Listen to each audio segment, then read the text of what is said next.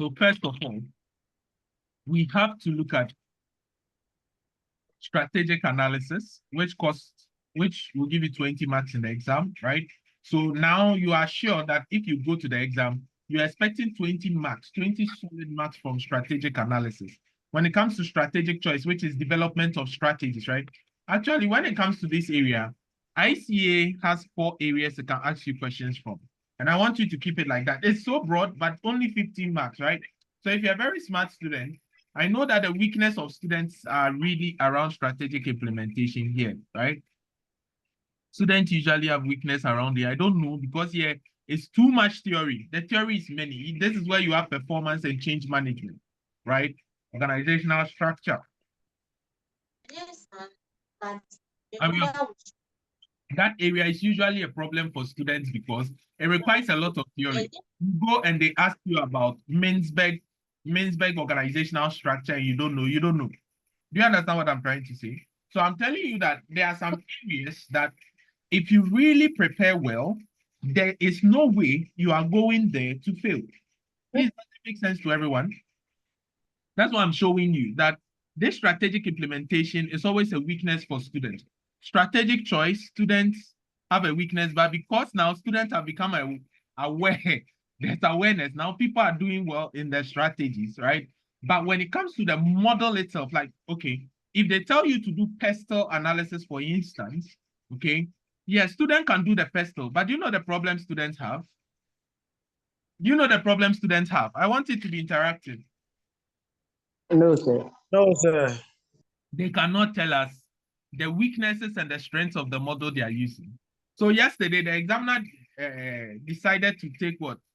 That approach. That was last night, right? And ask you the dilemmas. I always tell students that every model that you learn, know how to criticize the model. Why is pestle not a good analytical model? And why is it a good analytical model? As part of strategic development, every student must learn how to criticize the models that they use.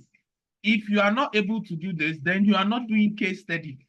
Do you understand? So let me teach you a simple structure. If you apply this structure, there's no way case study you will fail. This is the secret. The whole thing is that any model that you choose to learn, are you listening? Any model that you choose to learn, one, know the concept, what the model is about, right? The concept or the principle in the model. Please, are you writing it down? Know the principle or the concept in the model.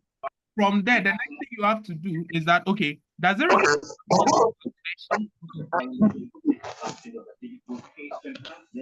noise? And background is so noisy. This starts all this. You get it? So are there any calculations or computations that you have to know about, right? Anytime you take a model, ask yourself this question. 3, is this similar or different to other models? Right? Spot the differences and the similarities with other models. Then the next question you have to ask yourself is that, what are the advantages and disadvantages, or simply what? The criticisms and the advantages that this what model has. Any model that you take, if you can know it like this, I don't think you have a problem because you know what the model is about. You know the calculations or computations, if there is any. Are there similarities or differences with other models, and the advantages and disadvantages? This doesn't only apply to case study, it applies to financial management and management accounting. Is that okay? So if you want to pass those papers, this is how you learn. Does that make sense? Have you written it down?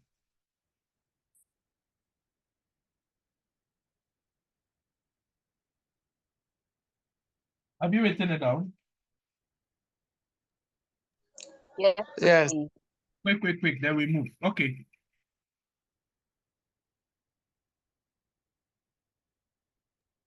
Oh, wait a minute. Oh, let me pick it up. All right.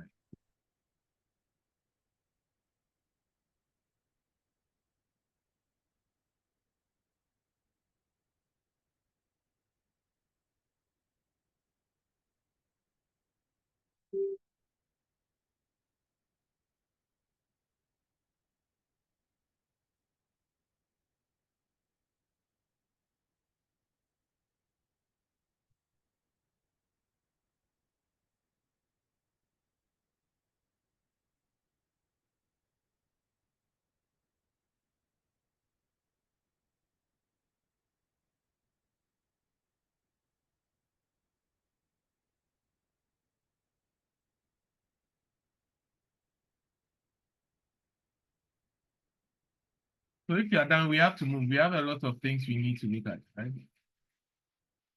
Yeah, we can move on. Thank you. All right. So if you come here, the first part of the syllabus asks us to what? Analyze and evaluate strategic objectives for a specified scenario, okay? And it says what? We should be able to define the purpose of organizational strategy and explain the difference between the various levels of strategy. So the main theme here is to know how everything fits into corporate strategy, business strategy, functional strategy, and operational strategy, right? So one thing you should know here is that questions that come from here are theoretical in nature, but because they are theoretical in nature, it doesn't mean that case study theory is pure theory. Let me show you.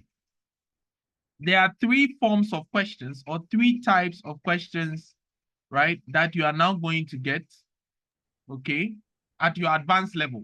Not only case study, but all the papers at the advanced level. These are the three types of questions that you are going to get. The first type of question is answer in the scenario kind of questions, right? So answer in scenario. So these questions, the answer is always in the scenario, okay? Two, that means if I tell you something like do a pestle analysis, definitely you will see inflation has happened. Maybe economic foreign exchange rates are moving in some particular direction, right? Those things are in the scenario, you can pick it up. The second type of question you are going to see is what we call what do you think kind of questions, right? With what do you think kind of questions, it means that something has happened, right? Somewhere in the scenario, but the answer is not there.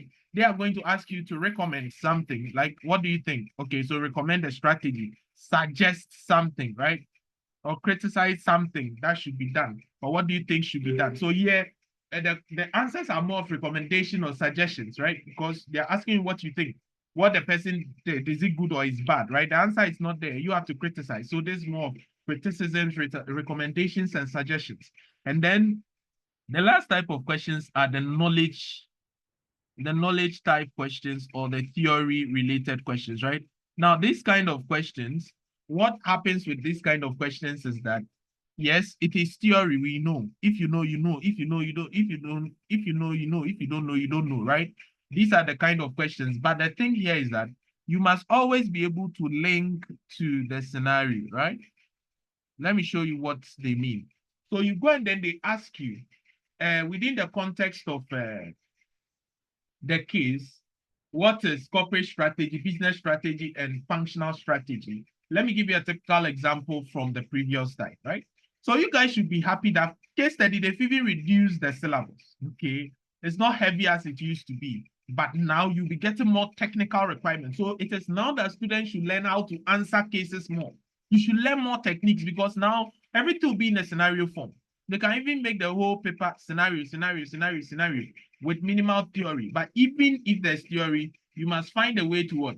Apply that theory. Does that make sense to everyone? Hello? Yes. Yes, sir. So we are going to look at the date before last date. I just want to see, what was the date? The date before last date. What is happening? My drive is unavailable. How? What is happening to my PC right now?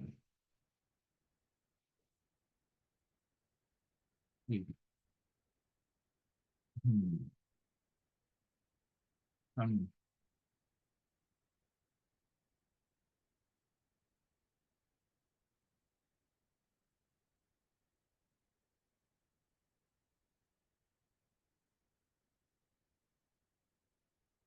Just trying to take last night's question and this thing.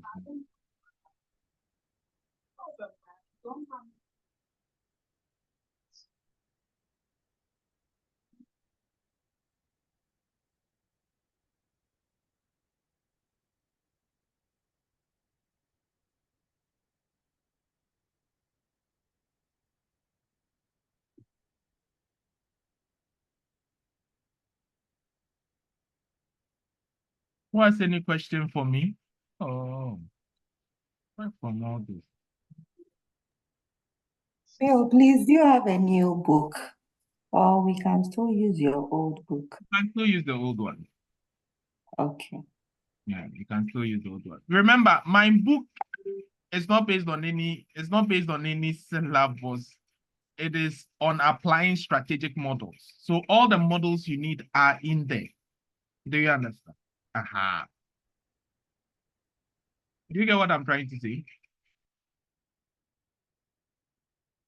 Hello? Yes, please. Because it's on Yes, please. models, it means that when you use it, yes, you can apply. And you know, there are a lot of examples in there, plenty examples for you to apply. So you can still.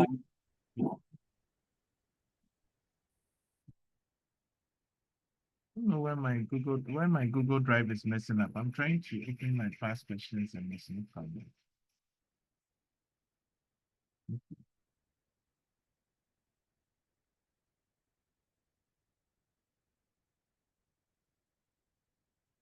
The date before last date is which date? I believe it's November, right? Yeah.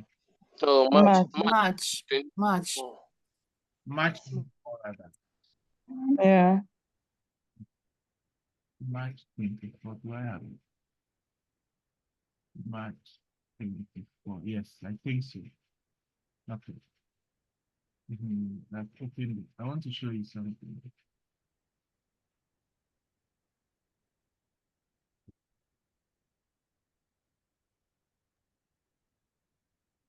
Hello, sir.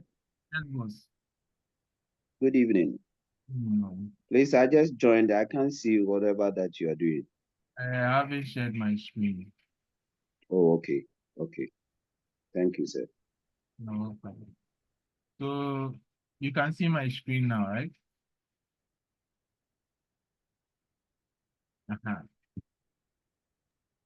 Yes, sir.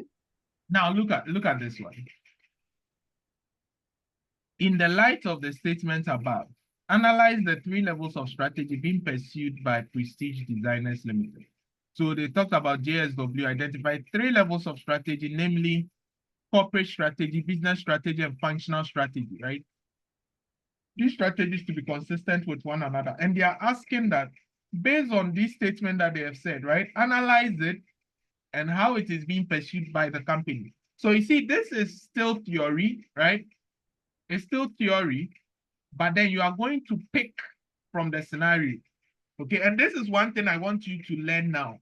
Because now, even if they ask you theory, you have to be able to pick with regards to the scenario. Do you get what I'm trying to say? So yes, I'll talk about theory, but still I must be able to pick from the case which thing these people are doing that will constitute this corporate strategy, which thing these people are doing that will constitute functional strategy, which thing these people are doing that will constitute business strategy. Do you understand? So do you see how the question was put? Yes, sir. Now, look at something here. If you go to the exam now, okay, yes, you can have a theory like this, but they are going to attach more IT, more risk, more ethics, okay, to almost every question. Even you see some strategy questions, even in there will be issues of governance. Now, everything will be spread across board.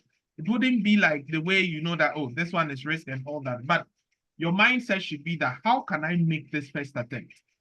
Does it make sense? Does it make sense? So how do you build that technique? How do you build that skill of being able to relate or pick from the case? That is where your knowledge comes in. And for me, my strategy this time is to make sure that you acquire as much knowledge as possible. Do you understand? Because now you are going to get this sort of theory link questions. So, for instance, if maybe you get the case, okay, you must do something we call case segregations. Okay, case segregations, meaning that when you get the case, we will do a critical analysis. So anytime you get a case, you are going to break the case down. Anything you see, you are either going to break it into strategic analysis, strategic choice, strategic implementation, financial management, or corporate governance issue. Do you see what I'm doing now? Just in line with the syllabus, because you know here is how many marks? I want these marks to be in your head. How many marks is strategic analysis? 20. 20. How many marks is choice? 15. 15. Implementation. 25. 25. And I told you this is the biggest weakness of students, right? Yes. Financial management is 20. People always have a problem with finance, so I'll not talk about it. Corporate governance, people have a problem. But now you should be happy because corporate governance includes the Ghana Corporate Governance Code, which is one of the easiest. Once you learn it, like the rule of Ghana in corporate governance, the role of the Securities and Exchange Commission, these things, you can easily dab them, go and write and pass. Do you get it? So the major issue now is this area, which they can ask you issues around the models of performance, okay? Performance models, that is the building block model, performance pyramid, balance scorecard, benchmarking, CSF, then change management, which is also another area that students mostly falter. Why? Because there are a lot of models here. You go Rosabeth-Moskanta model, you go Lewis, the prescriptive change strategy, you go, they are asking you of Lewis force field, you go and ask you about levers of change, Balogun and Hope Haley. You see, if you don't know the model, you can't do it. True or false? True. But if you go and they ask you to do a pestle analysis, you know what pestle is. Okay, there are some things you know, but here is where students' weaknesses are. If you go and this area, you don't pay close attention, this is why people fail case study. Me, I'll be blunt with you. Okay, if you know this area, trust me, you are not going to have a problem. So even in the strategic case, I said strategic is the strategic choice area, right? There were some things that used to be in implementation and now they've shifted to strategic choices. Things like business plans, right? Business plans used to be part of strategy implementation. So the marks went up to about 40 marks in the old syllabus, right? Now business plans and functional strategies, they've added it to strategic choice, right? So that means that the student has a higher pass rate now. Do you get it? Because now you can go and then strategic choice, that's that 15 marks, you have business plans, maybe extracts of the business plans, and then the functional strategies. Is that okay? So now I told you that anytime you want to master strategic case study, any case you see, you do case what? You do case what? Segregation. Segregation. And what did I say case segregation was?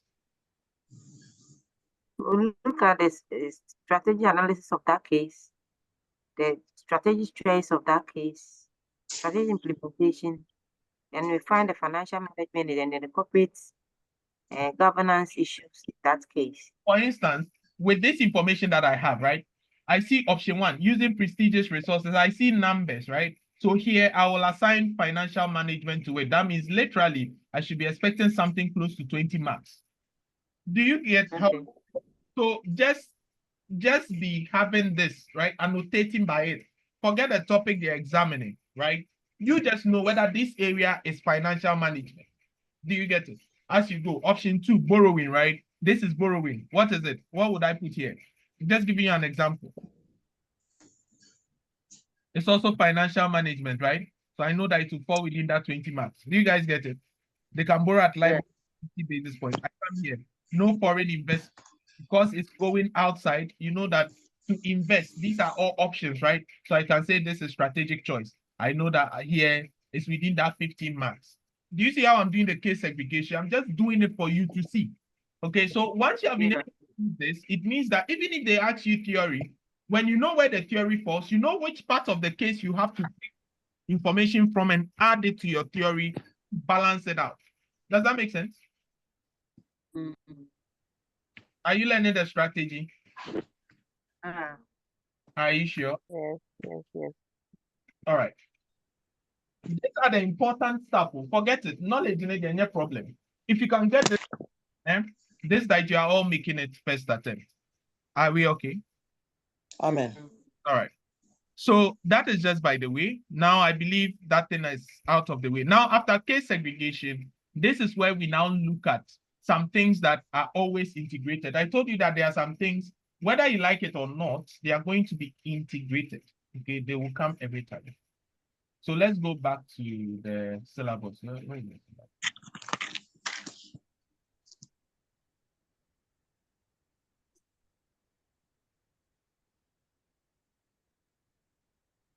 don't know why all of a sudden this thing is slowing down like that.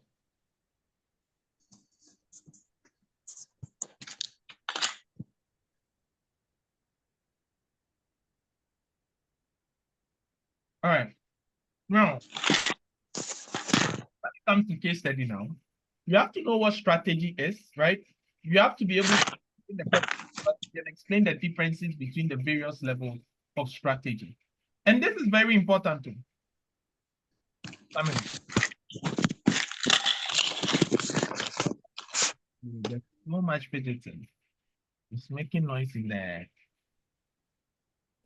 But what do you think is the major problem of strategic case study students? That is why they are failing.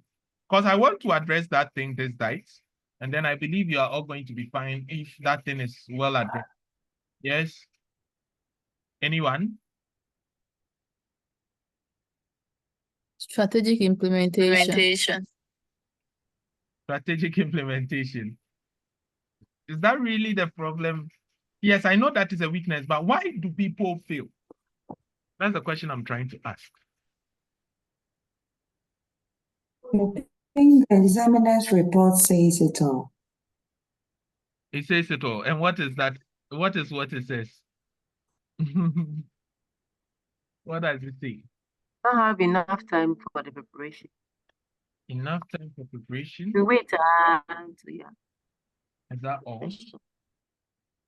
Hello, sir. Yes, please. It's also how to link it with the case study. At times, you know that about how to link it to form a sentence is always our problem. Okay, and that is what I'm here to teach you, right? So you don't have a problem with that. With And sometimes that approach, that is not the difficult one, right? The theory. sometimes we ignore the additional information. I don't know why you should ignore the additional information, because that is why it is called additional information. Yes, maybe there might be oversight. I believe those are supposed to really take them very seriously. I hope because there are some things that you don't have to joke with at all. Are we okay? There are some things that you don't have to joke with it at all. This is that okay? And also the financials. Yeah. At times the calculation, most of the centers teach without teaching the financials into details. And the additional information now, mostly it depends on the calculation of the financials. Okay. And we don't normally go through it. So when we get there, you are found wanting which figures to pick and calculate. I mean, that's my problem. All right. But for me, I've not really encountered scenarios where I don't go through the financials. I actually do the necessary ones, right? But I'll give you some clue to the financials these coming days, that there are some financials that you don't have to ignore. Do you understand? And once you get those financials for me, I don't have a problem, right? Without wasting much time, there are some things that we need to really try to understand, right? And that area is first understanding strategy, because even now they can convert every theory question even into a practical one, right? So for instance, if I tell you, okay, what is strategy within the context of maybe some board discussion they were doing, and they said, oh, strategy is this, but you are the board, you are what, maybe the CEO, explain to them what the board, I explain to the board what strategy, how important strategy management is. Do you understand what I mean? So we are saying that, okay, so strategy involves analyzing your position, making choices, and executing selected strategies. Okay. So when we talk about strategy in a layman's background, okay, so we are saying that when we talk about strategy in a layman's language, okay, these are the tactics, the skills, the vehicles that transport you from where you are now to where you want to go. So if this is the company and this is its objectives, right? The tactics, the skills, the vehicle Okay, the vehicle that transports you from where you are now to where you want to go is your strategy. Okay, so every business has where it wants to go, and the vehicle that transports it to where it wants to get to is what we call strategy, right? Do you understand? So basically, when we talk about strategy at your level, it means looking at where you are, choosing where you want to go, and doing or putting things in place to get there. Do you get it? What did I say? Knowing where you are, we call it strategic position. Now, this is worth 20 marks in your exam. Looking at where you want to go, that is now 15 marks, right? And putting things in place to get there, that is worth what, 25 marks now. I hope it's starting to make sense to you. Is it making sense? Is it making sense? Yes.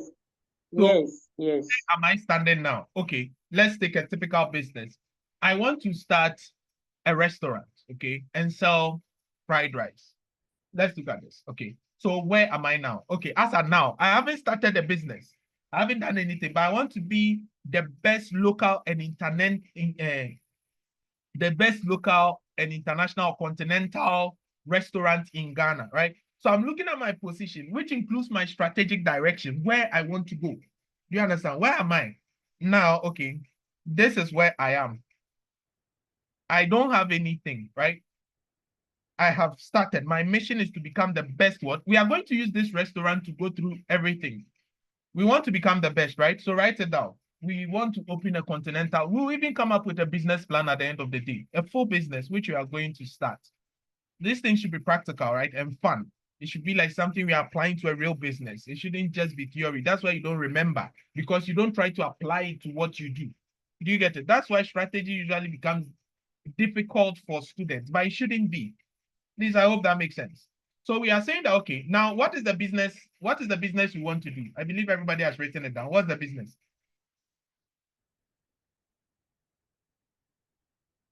What is the business?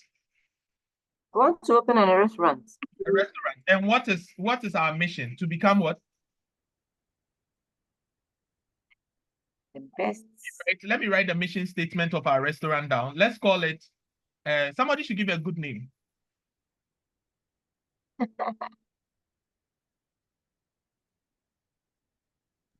Best Choice Restaurant. Best. I want it to have a local touch and a foreign touch at the same time.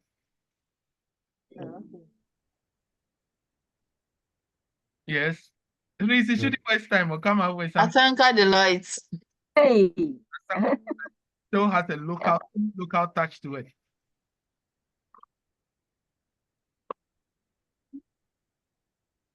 This is taking time. Sankwai Premium. Kumkom Restaurant. Sankwai Premium Restaurant. Sankwai. Premium. Ana Kumkom Restaurant.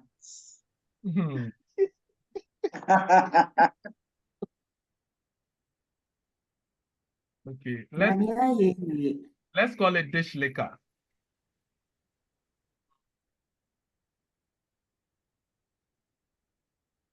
The name is strange, eh? It's okay. Okay. You will lick the dish. And we need a slogan.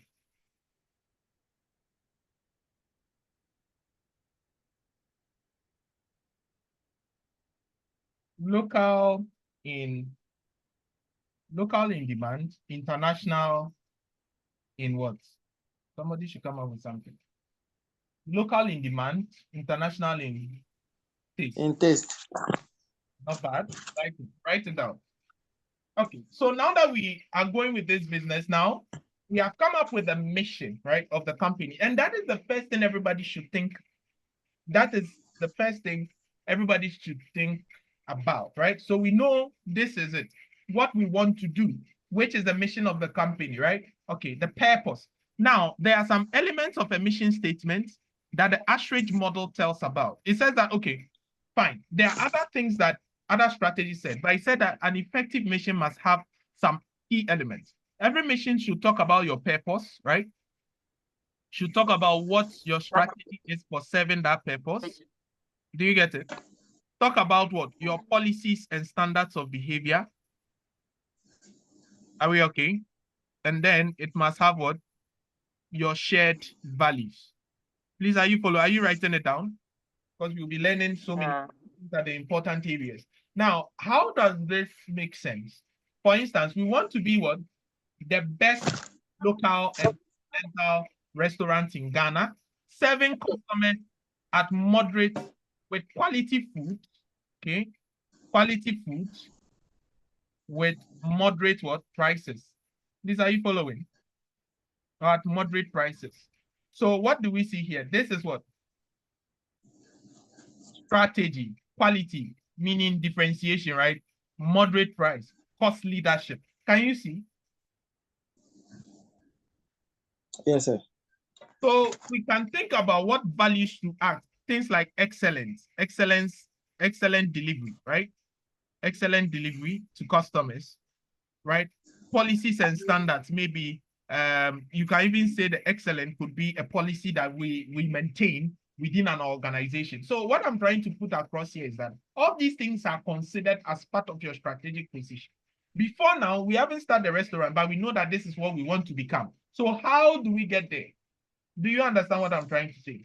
So we set long-term goals. So Alfred Chandler said a strategy would involve setting long-term goals, choosing courses of action, and allocating resources to achieve these goals. You see, what he said is not also bad, right? It still sticks within the same definition we are talking about. Set goals, choose courses of action, allocate resources. So it's the same as position, setting the goals, choosing the courses of action, which is choices, allocating resources to allocate to what? Achieve them, which is implementation or strategy in action. Does that make sense to everyone? Does that make sense to everyone? I hope you wrote a nice mission statement down. So as we go, we will be bringing things up. Okay, now, with what Chandler said, it's not bad, but there are still some missing components. Strategic management answers key questions such as what businesses we should be in and how activities can enhance the business's competitive advantage. That is, how can we bypass or take advantage of what our situation, that's our strengths and weaknesses, and how do we overcome our competition? Because I believe we are not the only restaurant in Ghana that is continental, right? There are 5-star hotels which are bringing continental dishes, okay? So it depends on where you are. Do we really want to compete with those 5-star restaurants? Do we have what it takes? And that is why you must also learn financial management, because at the end of the day, money always counts. Do you know that? I cannot just start from scratch and say that I want to beat Kempinski or I want to beat Movimpe. Can I do that?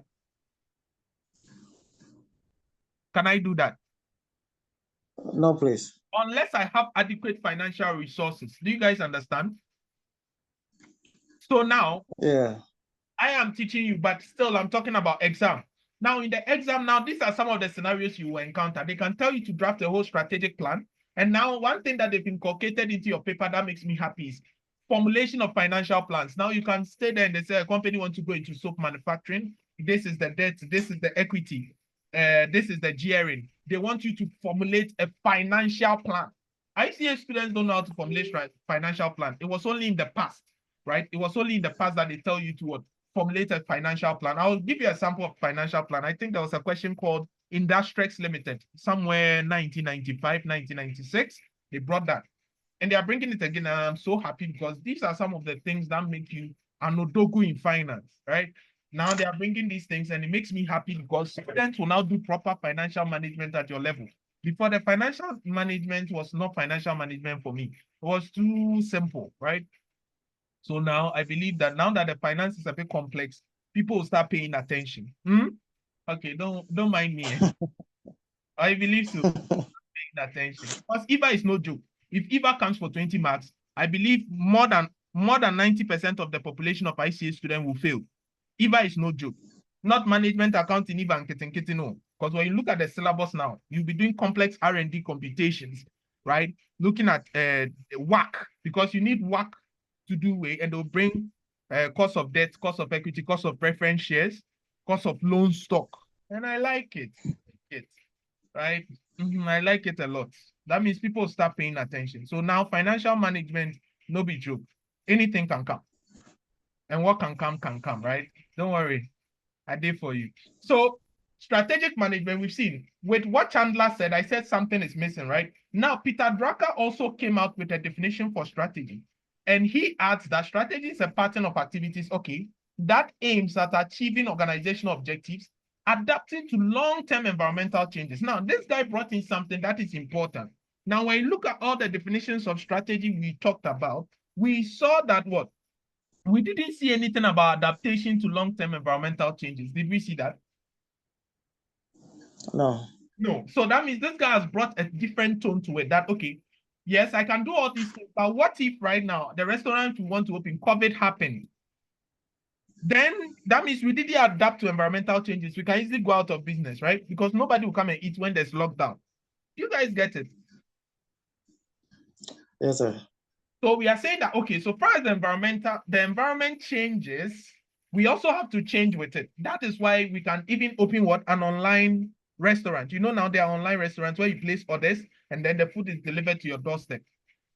Okay, now there's no excuse to say that, oh, I want to start a restaurant. I don't know. There's Global, there's HubSpot, there's all those bought food and all that. People stay in their homes and are operating $1 million business. What's your excuse? People always have excuses, right? But now we have moved from the normal brick and mortar. That is why IT has become very important.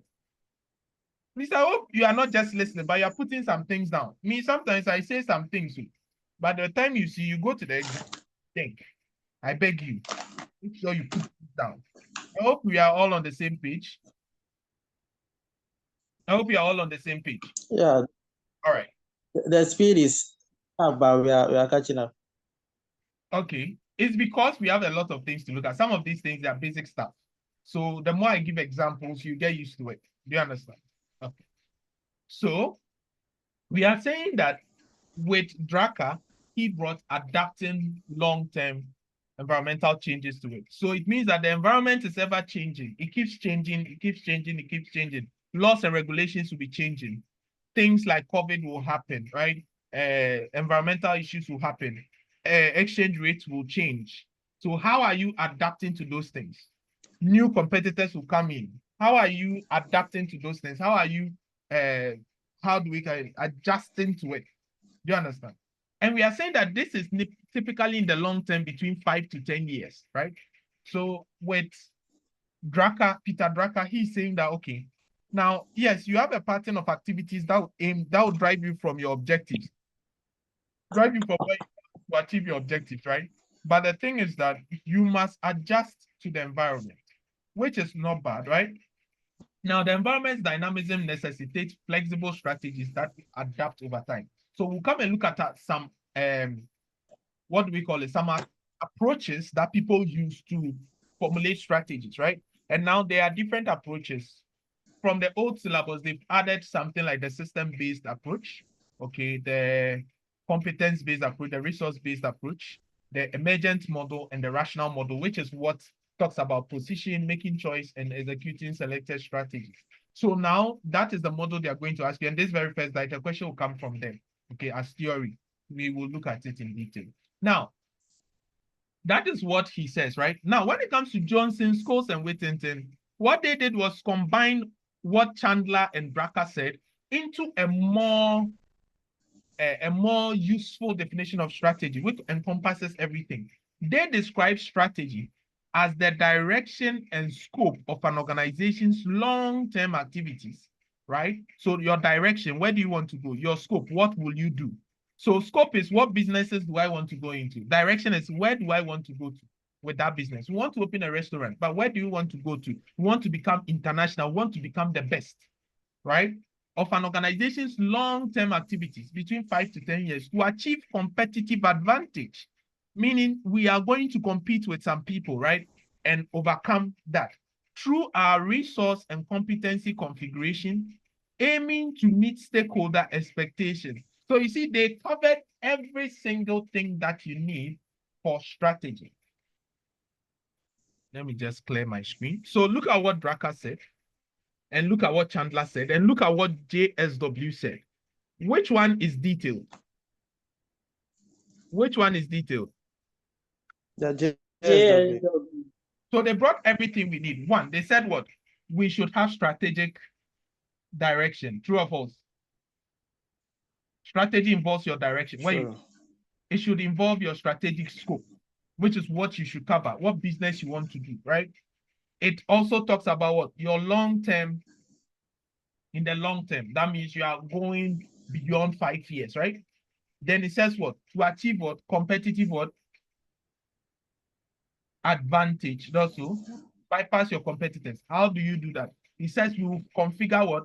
Our resources and what? And competencies, right? So resources and competencies are actually skills and resources that we have, right? Which together gives us something we call strategic capability. How capable are you? When we say somebody is capable in life, it means he has resources and he knows how to use those resources. You get it? So when you are able to do these things, are you getting it? And then you do it in line with your stakeholders, right? Your stakeholders' expectation, then we say that what? You are going to achieve your objectives. That is what they call strategy. So they've combined all others and expanded upon it because yes, still they included the environment, right? Because you're going to look at the scope of your activities within the environment, your direction within the environment to achieve competitive advantage. So they actually emphasize the importance of aligning our business activities with the environment and ensuring that the entity has the necessary resources and skills that they need to succeed, while also providing what? A high-level framework for operational decisions, considering whether their stakeholders will accept it. Because no matter the strategy, if your stakeholders, which are those who are interested in your business, do not accept it, then why are you doing it in the first place? For instance, if I'm carrying out something and my shareholders do not agree, why am I doing it? Because I'm working for my shareholders. Does that make sense to everyone? So that was basically the definition of strategy. Do you have any question?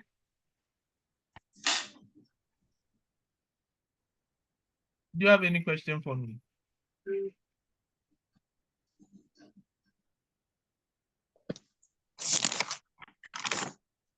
I hope you wrote something down. I don't know why my PC is freezing today. Sugar. It's freezing, I don't know why.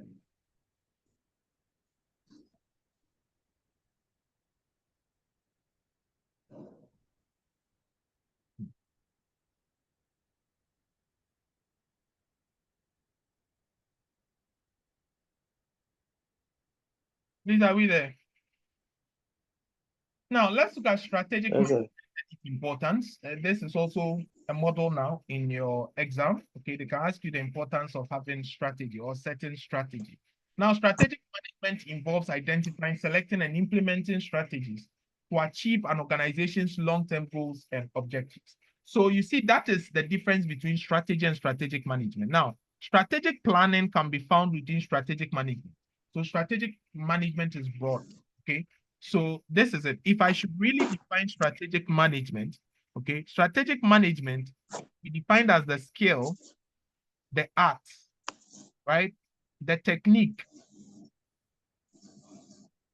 of identifying, okay, selecting, and implementing strategies, okay, of implementing strategies across, are you getting it? Functions, are you getting it? Across functions within the organization, achieve what? Organizational what? Objectives. Now, why do I bring across functions? Yes, I bring across functions because R&D department must work or must coordinate with finance, right? Must coordinate with procurement, must coordinate with marketing, must coordinate with what? HR, right? HR must employ people. Assuming we want to produce soap, right? We must talk to procurement. Procurement knows how much it must buy. Finance must give procurement money. True or false? True. Now, procurement must send to production. Production must send to what? Marketing, right?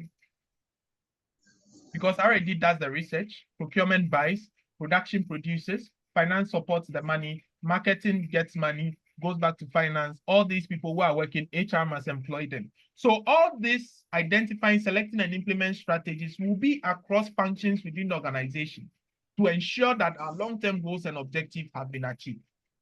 Does that make sense to everyone? Yes, sir. So it's a cross-functional decision. And cross-functional decision involves synergetic effort through your value chain. Okay, so value chain is one thing that almost every night now, you're going to get a question on value chain because it is a key theme now. Now, if you look at your strategy paper, right? When you get to internal analysis, right? There's only one important model there, and the only important model there is now value chain. So it means that every night you can go and then value chain will be asked, but now it will be more of calculation. I said calculation, case related. Do you understand? So everything, analyze the value chain of this company. How can this company create value in this activity? Looking at the supply chain of this company, how is the value chain different from how it used to operate? This is how the questions are going to come, right? Do you understand? So we are saying that, okay, strategic management would involve identifying, selecting, and implementing those strategies to achieve your long-term goals and objectives, right? Setting your overall direction and focusing on how to reach and maximizing results. This is crucial because it provides a framework for long-term success, emphasizing sustainable growth rather than short-term profits.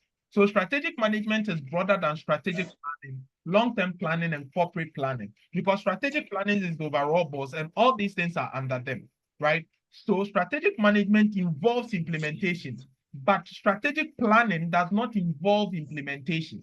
Do you understand what I mean? So when I develop those strategies and I implement them, that is strategic management. So management of strategies include implementation and evaluation, but planning is just coming up with the strategies, right? But when I implement them, it includes management. Does that make sense? So strategic planning just formulates long-term directions and plans to achieve targets, and strategic management encompasses the implementation and monitoring of the strategies, focusing on achieving success through execution rather than just planning. Do you get the difference now? So based on what I said, what is the difference between strategic planning and strategic management? Yes? What is the difference between strategic planning and strategic management? Full question.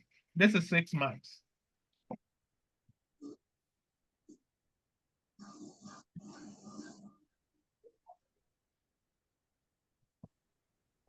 This is 6 marks.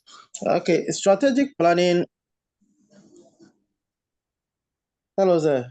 Yes, I can hear you. Okay, so strategic planning help to write down the long-term direction of the company and the plans that they have in achieving those set goals or set targets. But the implementation of the planning is where the strategic management comes in. So the management deals with how to implement planning to achieve the overall set goal of the company. Okay, that is it. But then it does not only have the implementation, right? So it's like planning is a subset of management. So if I'm doing strategic management, I will have strategic what? Analysis, which in our exam is how many marks? 20. 20. Strategic what? Choices, how many marks? 15. 10. Then we have strategy in action, which is how many marks? 25. 25. 5. If I'm able to make sure all these things work hand in hand to achieve my objective, right? That means definitely here, I'll put people to work, right? So putting people to work, right? And then what? Evaluating whether my strategies have worked. And evaluation, here we do evaluation, here we do evaluation, here we do evaluation. Evaluation is done at all levels. If I'm able to do this, then I'm doing strategic management, right? But if I just come up with plans for these, are you getting it? Then I'm just doing strategic what? I'm just doing strategic what?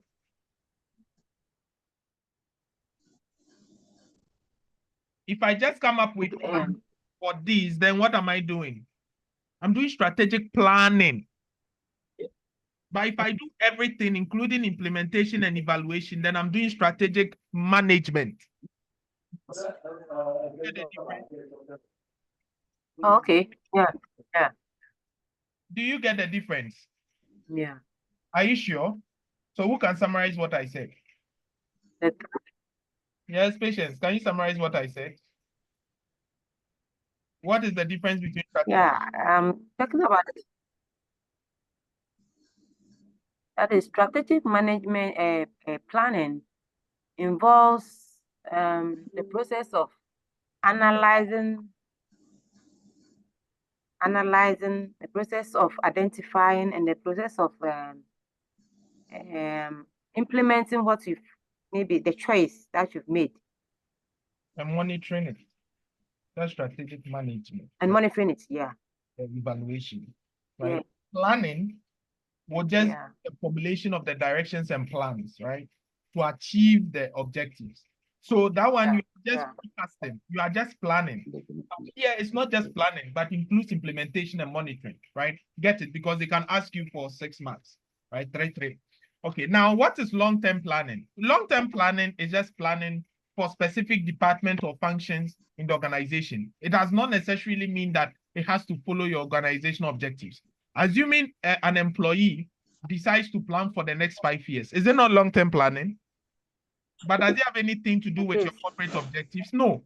So long-term planning is just planning that lasts for the long term. It does not necessarily mean that it has to be what?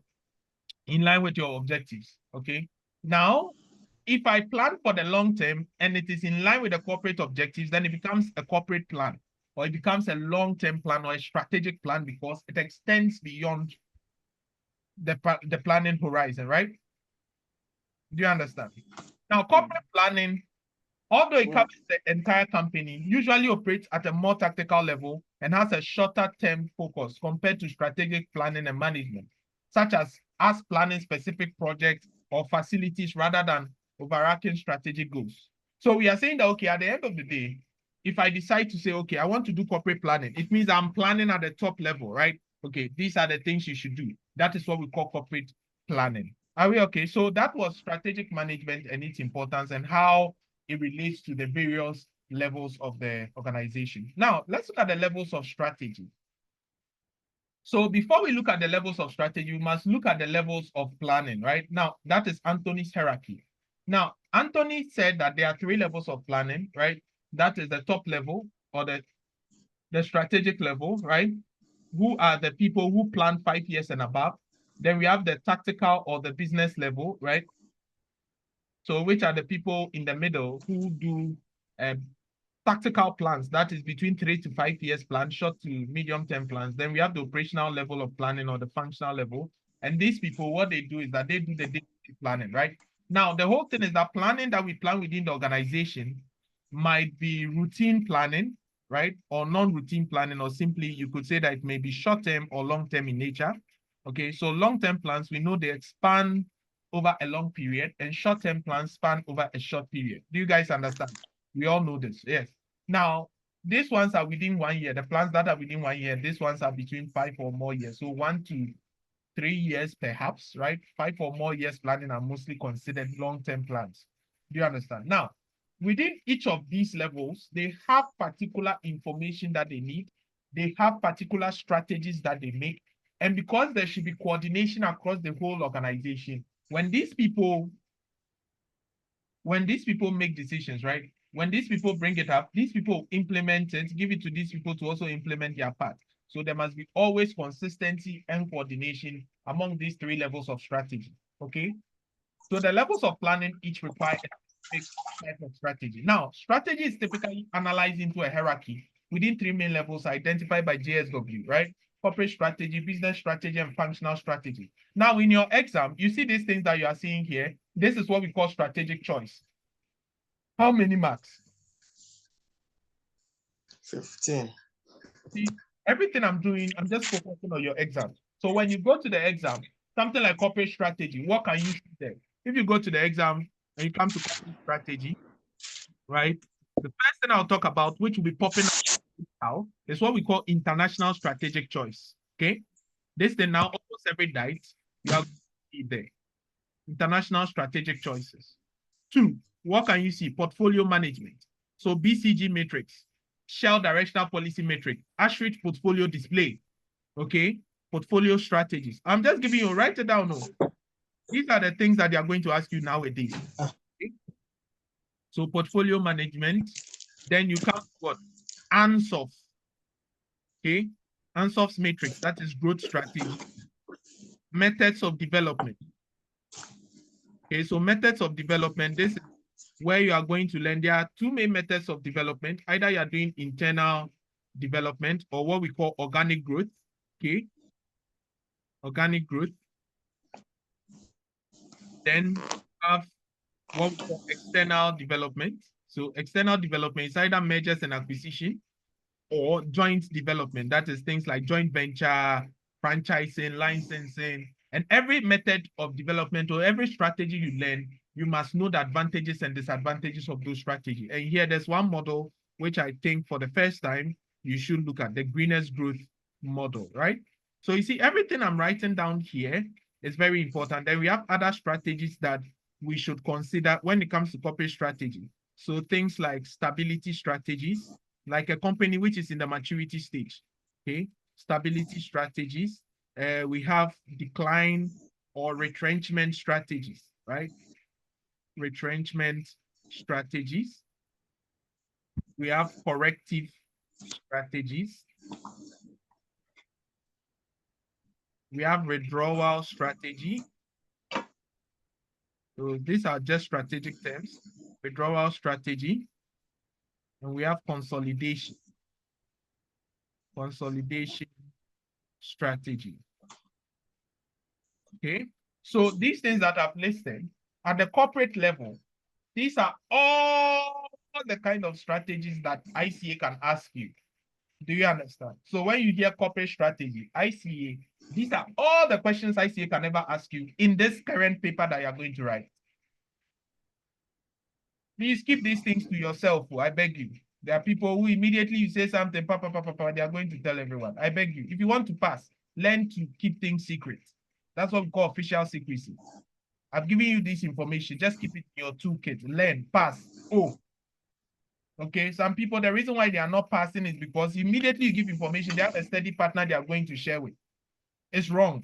Sometimes just keep it to yourself, right? And learn, that's all. I hope that is okay. I hope that is okay. Yes, sir. All right. So have you written it down?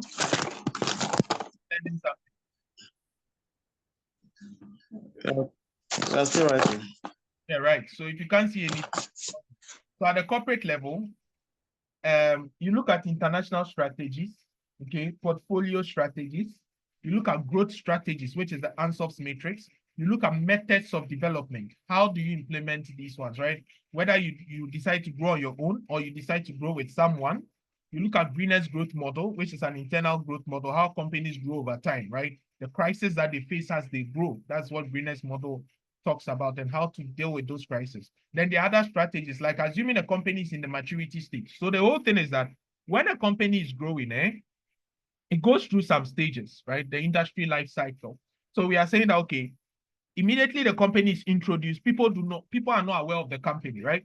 But as it grows, there are some strategies it should implement. So in the growth stage, people now see the industry as very important. So people start setting in, right? So you have to put some growth strategies or expansion strategies. And what happens is that when a company is trying to grow, okay, it is trying to expand.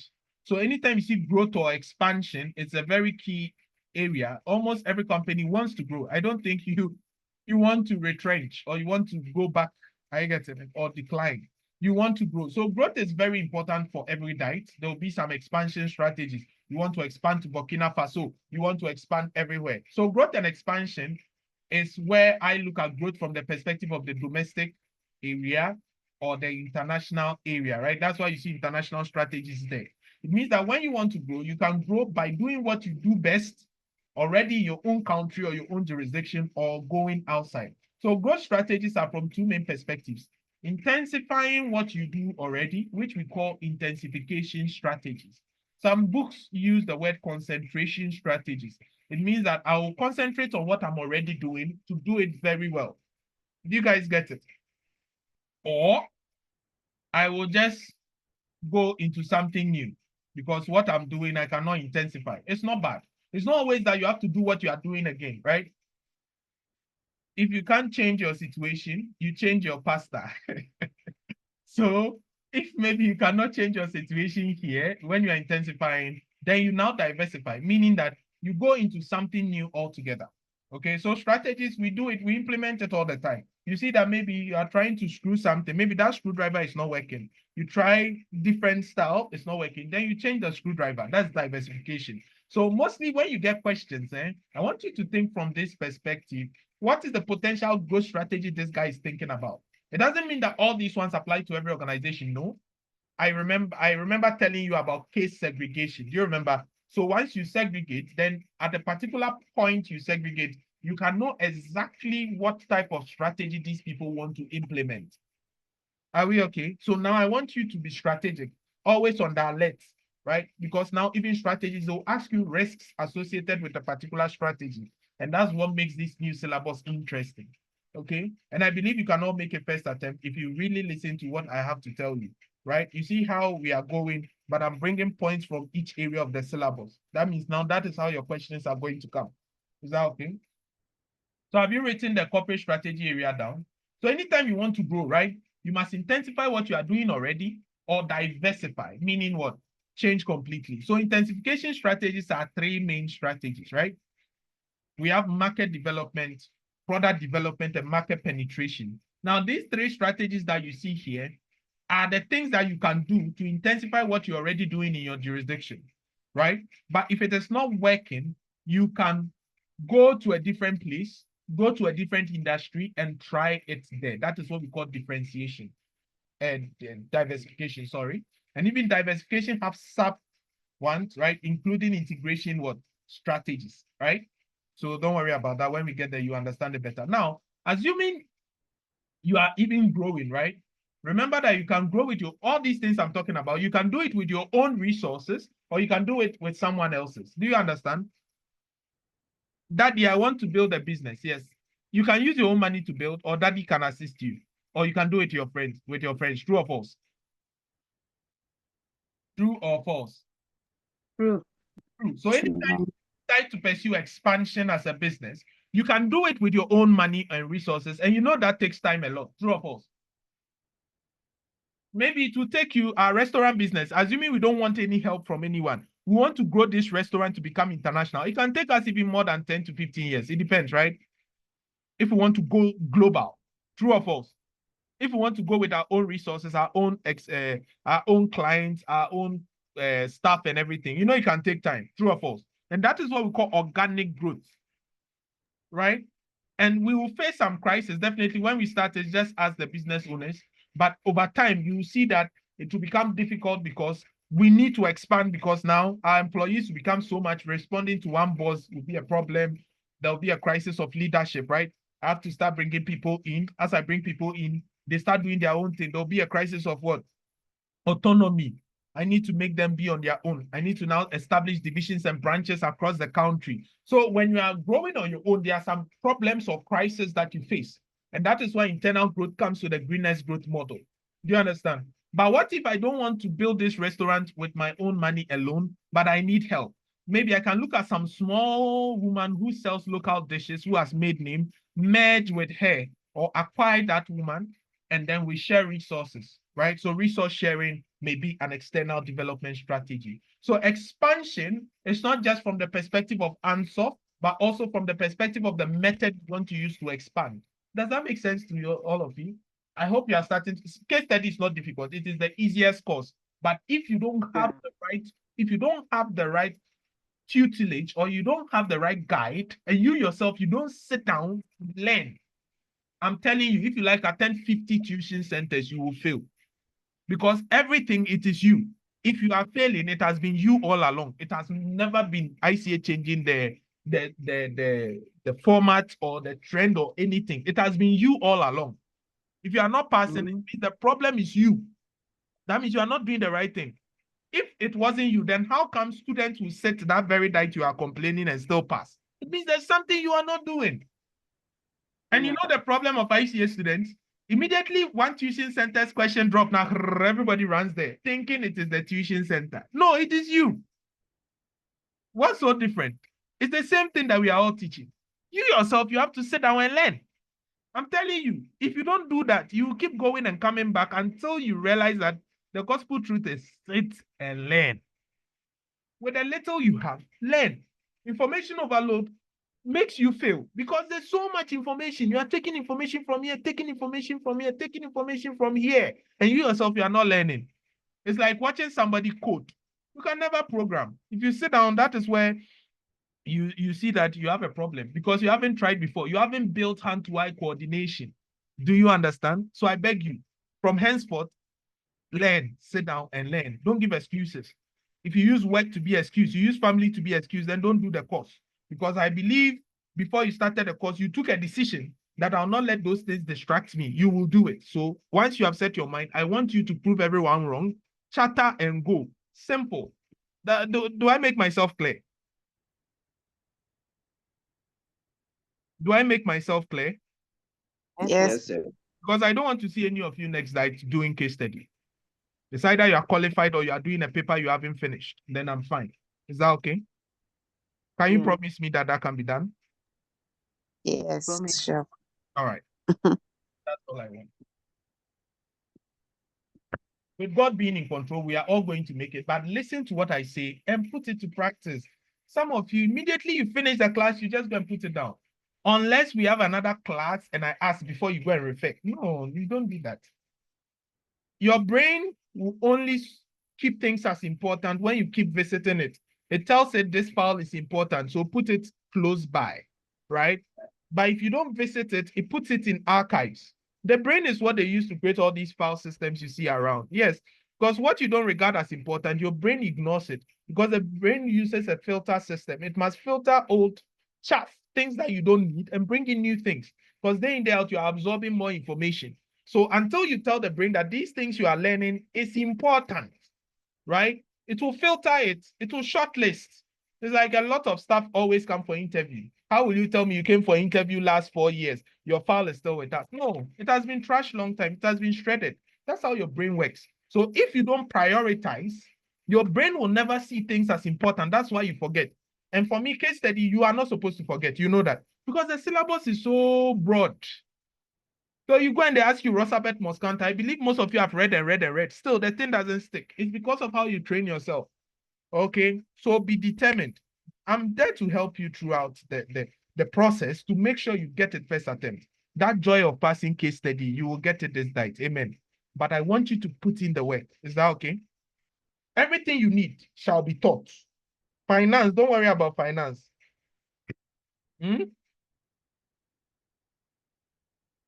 Somebody will say, the one who wrote your financial management book, Nami trainer. You understand? So don't worry about finance. Those areas, I know people shiver when it comes to finance. You don't have any problem. Okay?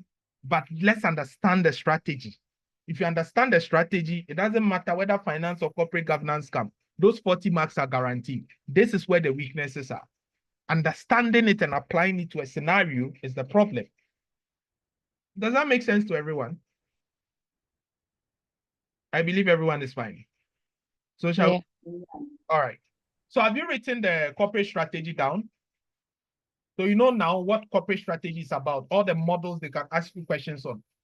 I believe you've written it down. Please write it down. Take it very seriously. And these models, don't wait until you are taught. Because now you know you have 20, 15, 25, right? Not so. Analysis, analysis, choice, and what? Implementation. We don't wait.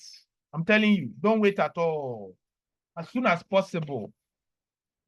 Every day, look at one model. Every day, look at one model. Every day, look at one model. By the time that 3 months is due, you know all the models.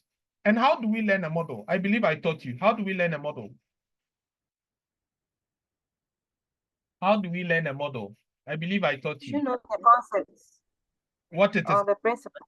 The principle. Then Concepts and principle. and the next Calculation. You have to learn okay. Definitely. Calculation. the similarities and the differences. How is it similar or different to other models, right? And lastly, criticism.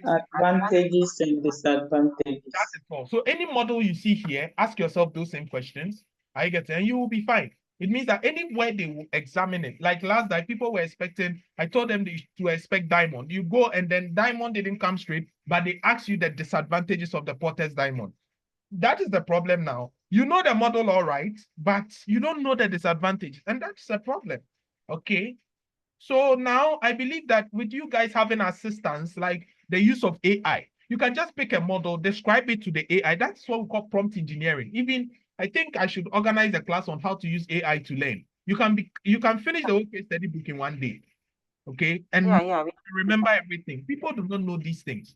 People don't know prompt engineering. They just take the thing and then they just write. Remember, AI is only useful a tool when you know how to use it, right? Prompt engineering, not everybody knows it. You must know what prompts to use. It is garbage in, garbage out. What you give it is what it gives back.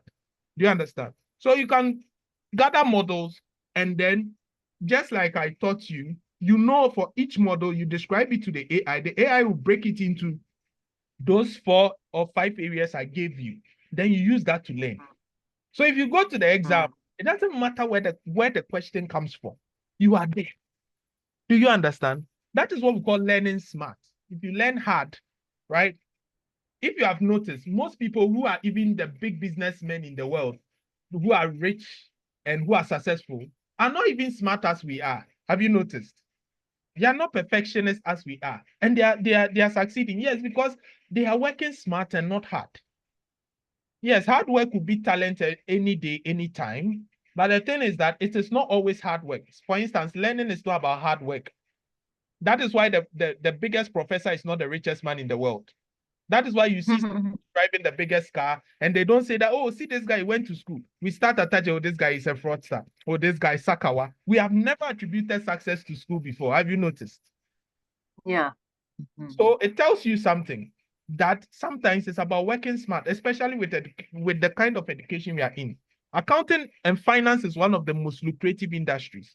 But to become the top guy, okay, you must not be easily replaced. And that means you must cherish what you learn in class. You must be able to apply. And I believe in application more than theory. Okay, so if you attend my class, you realize that most of the things I always teach are practical. Even if it's theory, I let us put it in a practical setting so that you don't forget. Are we okay? So now I hope you do the needful. All right. So let's get back on track. So I hope by now you've put down the corporate strategy and the likely questions. So you see, I told you each level of the organizational growth model, you see that, yes, introduction stage, there are strategies you use. Growth stage, there are strategies you use, right? At the maturity stage, you are now mature. Nobody can compete with you. You've grown already. You have outgrown the growth stage. So during this stage, mostly we use the stability strategies. Okay, and consolidation is one of the stability strategies. Not doing anything, just staying there and watch what people are doing, right? Or just do some small adjustments to your strategies that you are using. Are we okay? Or no profit strategy. Some people do no profit, like this churches and then this charitable organizations. They decide that, okay, I don't want to make profits anymore. That is an example of strategy at that level. At that stage, we adopt stability strategies. Then when you are in the decline stage, when people have stopped buying your product, you are collapsing, you can withdraw from the market, withdrawal strategy. You can do turnaround, you can do pruning, cut down product lines which are not working well, right? You can do what we call liquidation strategy, liquidate and share your money. You can do bankruptcy, you can declare bankruptcy, okay? There are a lot, you can do reallocation strategy, okay? You can even do divestment, disinvest into other things and then take the money and invest into other things, right? These are all strategies that exist at the corporate level. The board, it is the board that makes these decisions. You understand? So corporate level, it is the board of directors that have the power to do these divisions, right? To do these decisions. And that is why corporate governance becomes effective. Because if you do not have proper governance, then all these things will go into fire. Does that make sense? You see how everything relates? Yes.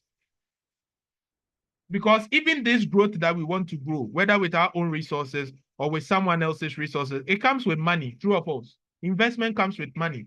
And this investment we want to do will lead us to investment appraisal, will lead us to financial management, will lead us to sources of finance. Meaning that all these things we are learning, the strategic choice, implementation, analysis, all come with corporate governance and financial management. So it is not something on its own, separate. It is part of what we are doing. And you see the linkage, did you? Did you see the linkage? All right. Please, are you done with corporate strategy? Can we move?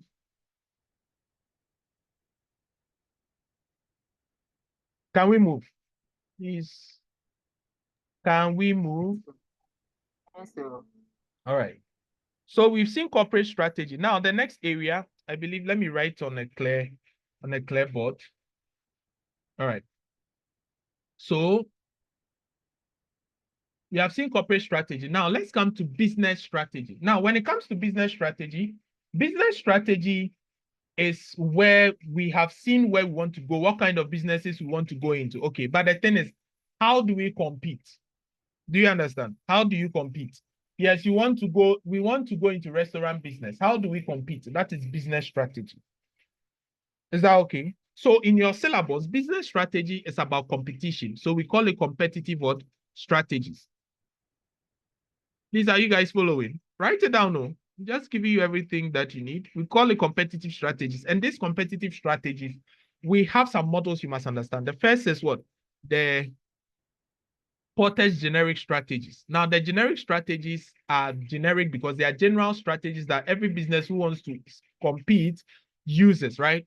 So every business competes on either low cost. Let me rather use it instead of cost leadership. Let me use low cost, right? So either you compete on the basis of low cost, that your prices are cheap, or you compete on the basis of differentiation, right? Now, these are the two things that you can compete on. Basically, like on the low, if you want to compete, either you are competing based on what? Lower prices, right? Or differentiation. And when you look at our mission that we suggested, you see something different about our mission. We said that we want to what? Do quality food for people at moderate prices. Do you remember? So that means that somebody can mix the two, which means that you can have a bit of low cost and differentiation. We call that a hybrid strategy. Do you guys get it? Does it make sense? Does it make sense? So it doesn't mean that because you want to go low cost or differentiation, you cannot mix them up. You can. Okay, so actually, it depends on where the business is trading. A business can trade either in the broad market. Okay, so let's say this is the market segment you want to operate. So market segment. Okay, so a business can operate in a broad market segment, or a business can operate in a narrow market. So a narrow market is also called a niche market. Okay. Oh, why is this thing messing up?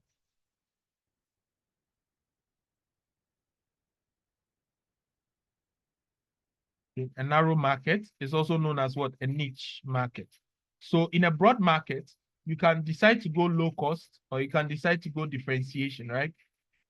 So when you go broad market, meaning that you are selling to almost all customers, the strategy there becomes cost leadership, right? Because you are the cost leader. You operate low cost in a broader market segment. Everybody knows that your goods are cheap, right? When you come to differentiation in a broad market, we call it broad market differentiation, which is known as differentiation simply, right? So broad market differentiation is differentiation, where we bring some features of the product that make it different. So even in the restaurant we want to do, if we decide that, okay, our food must be special, our banku that we sell, maybe it should be in a cube form like this, right? The banku should be in a cube form. The banku should be in a cube form, right?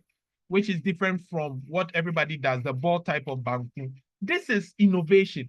I believe that differentiation mostly comes with innovation, right? Which is difficult to copy.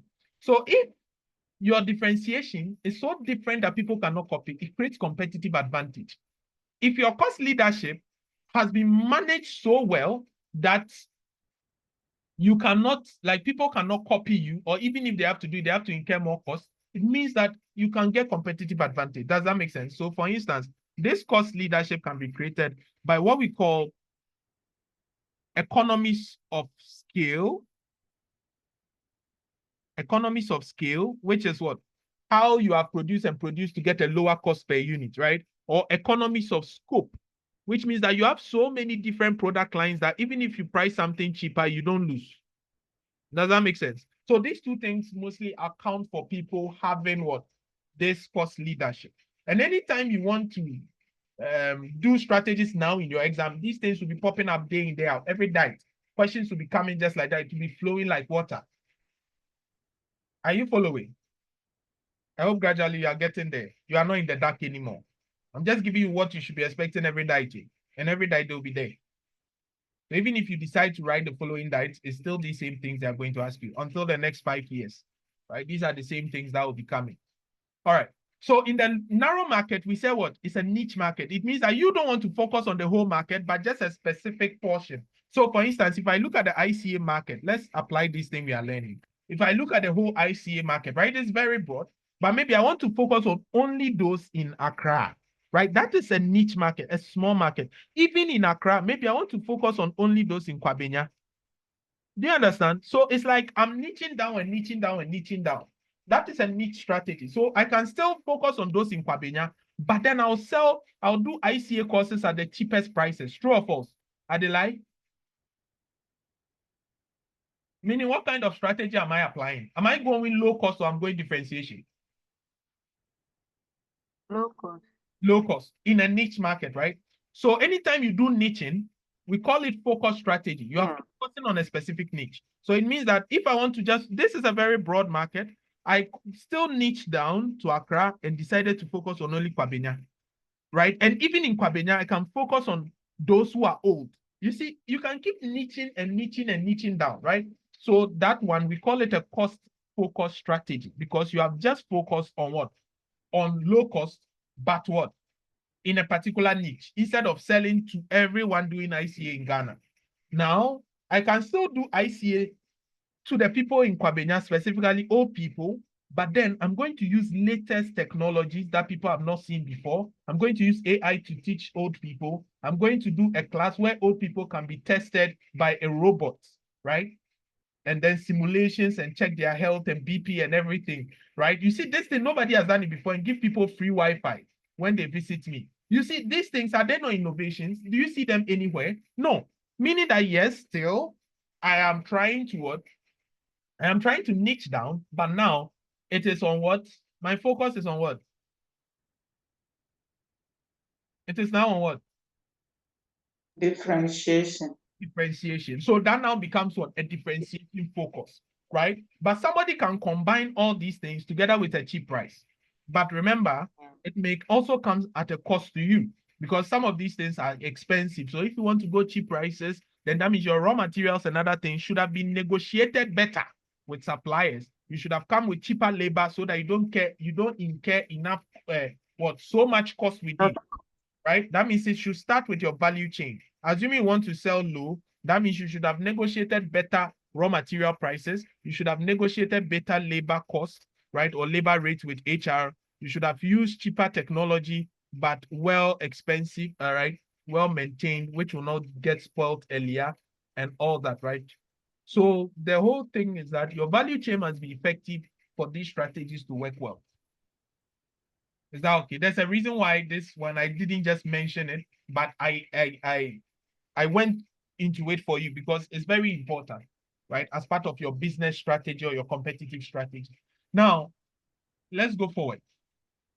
The next model is what we call the Bowman strategy clock. Okay? The Bowman strategy clock is a variation of the generic strategies that we saw about, right? Now, this Bowman strategy clock combines, okay, that one is still the generic strategies, but Bowman said, okay, yes, upon all this low cost and all this differentiation and all that, if the customer does not see any value in what you are giving, then why are you providing it in the first place? And I hope it makes sense. Customer first. So all this free Wi-Fi and all that, the robot testing and all that, what if the old people that I'm selling it for, they don't even know how to use the computer? Then what's the use of doing that? Is it not a waste of time and money? Please answer me. Yeah. Yeah, so we are saying that, okay, quality is different to different people. So we are looking at actually what? The cost or the price associated with these goods and the perceived benefit, right?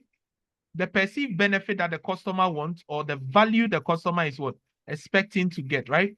And that is the value. So we are saying that, okay, if we are considering the company, the company's competitors, right? And then the customer, there's a relationship between them. Are we listening? So we are saying that, okay, the company and its competitors, the only difference between them is their price. They compete on price. But to the customer, he only sees you guys according to the value that you give him, right? So the customer, the only difference between you and your competitor to the customer is the value he gets. And customer's value is not only price. Some people buy goods not because of the price, but because of what they get. It's not price, right? Maybe the brush is too hard. So customers mostly look at the perceived benefits a product can give, which sometimes may include the price, of course. But then at the end of the day, even price translates to value for the customer. So as a business, Bowman said, oh, I don't think we should what the company wants, but what the customer wants. Okay. And that is what Abhilash said, that between customer, company, and competitors, there's a relationship between them. And I told you that between the customer, company, and its competitors, between the company and its competitors, what is the relationship? Value. I mentioned price. Between you and your competitor is price. But between the customer, company, then the company or and the company is value. That is the value. So Yeah. he can refine the generic strategies into a model, which is a combination, the best combination of cost or price and value that would generate a strategy. Okay, so he came up with a clock, right? He came up with a clock that says that the clock can be 1, 2, 3, 4, 5, 6, 7, and 8, right? And all the strategies here are failure strategies. It means that all the strategies here, when you try them, they are destined to fail.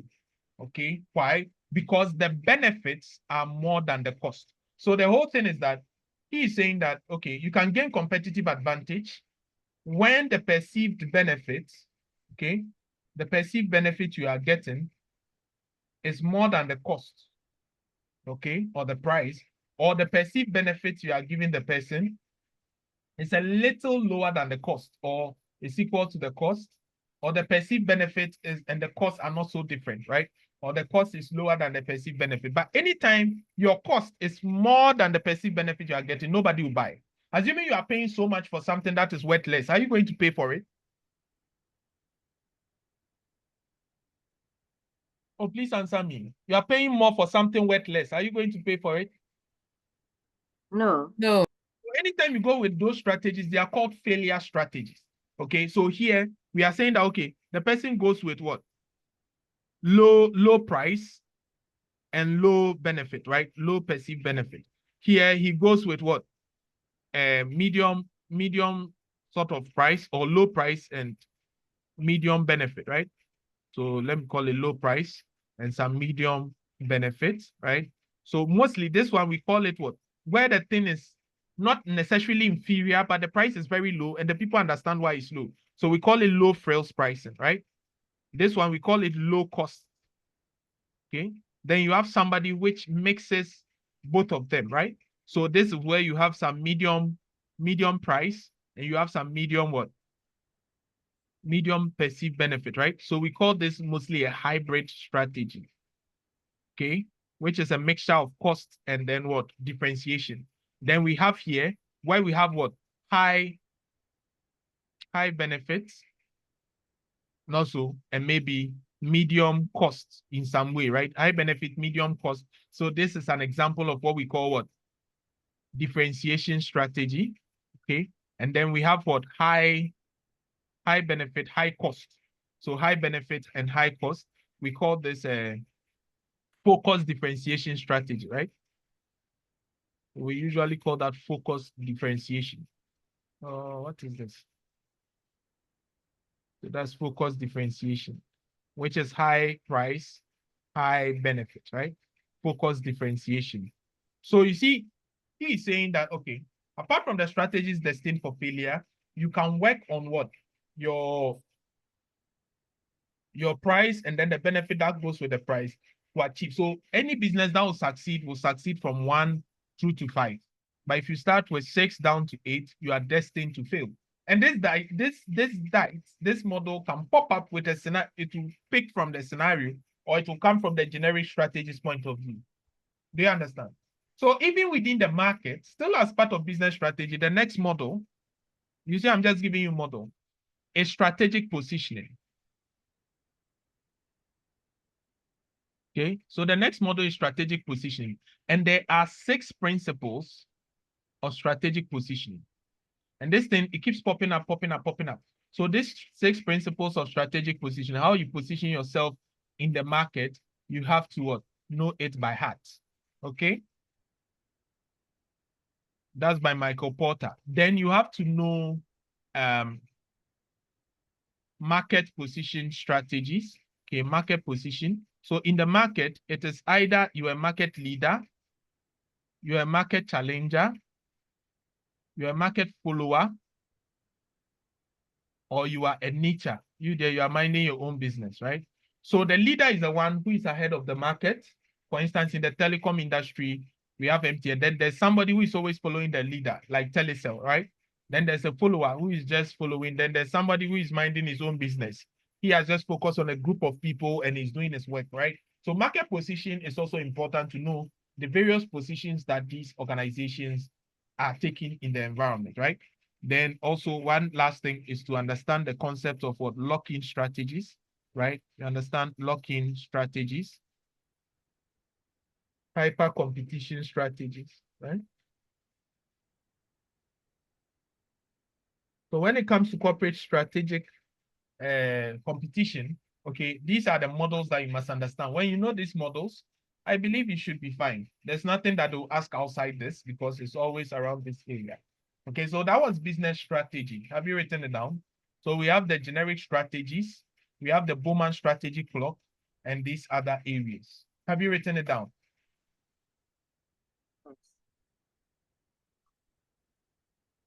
I hope you got the understanding of what I was trying to put across. Did it make sense? I'm hearing the same voices. So what about the rest?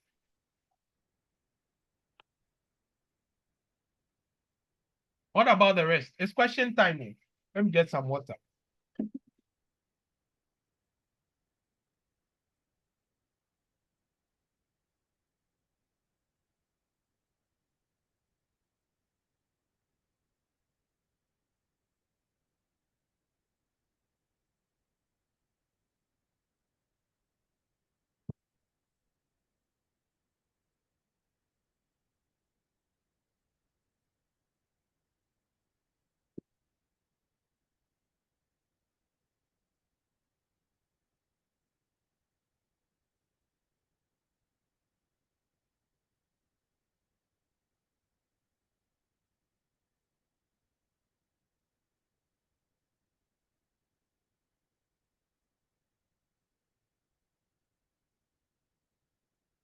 All right.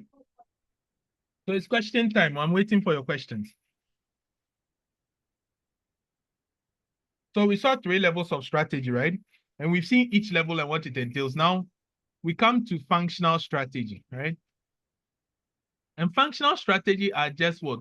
The strategies within the organization, the day-to-day organizational what? Functions and their strategies. So when you look at a typical organization, right? With a CEO, under the CEO, there are various departments, right? You guys remember? So we have what? We have finance department, right? Do you remember all the finance function? We have HR function. We have what? Production function. I'm just looking at the basic organization. And we have what? R&D function, right? Okay. So let me just add what? Something like procurement. Mostly some people, they merge procurement with production. So let's say this is a particular organization, then sales and marketing, right? All right.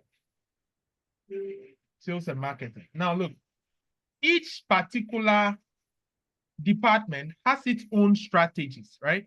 Finance will have some strategies that it wants to achieve. HR will have what? Human resource planning strategies, right? Recruitment and selection, training. Finance will have investment decisions, right? like knowing what projects to go into or what businesses to acquire, financing decisions. How do I finance my investment, and how to what pay out or retain money, right? Dividend decision, right? HR will have to do with HR planning, recruitment, selection strategies, induction, right? Training and development, even sacking employees, right? Performance appraisal. These are all HR strategies. When it comes to production, anytime you want to produce, there are 3 strategies. The first is what? Resource planning. Okay, what resources do I need, right? The next is what? Cost planning. Are we getting it? And capacity planning. Okay, so all these things, when it comes to production, these are the only things you need to focus on. When it comes to R&D, what kind of R&D strategy do we want?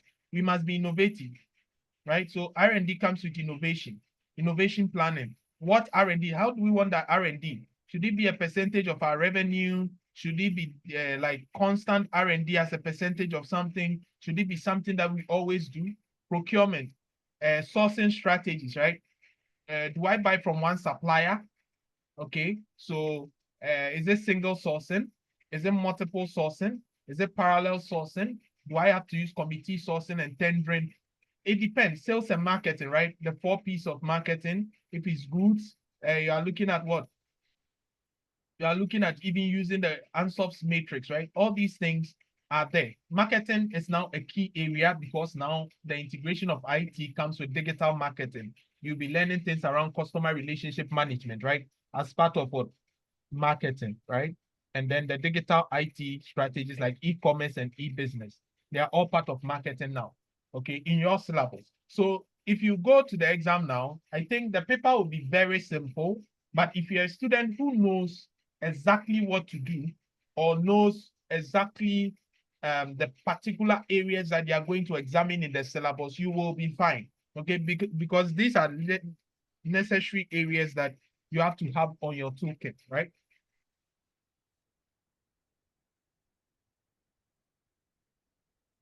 Are we okay?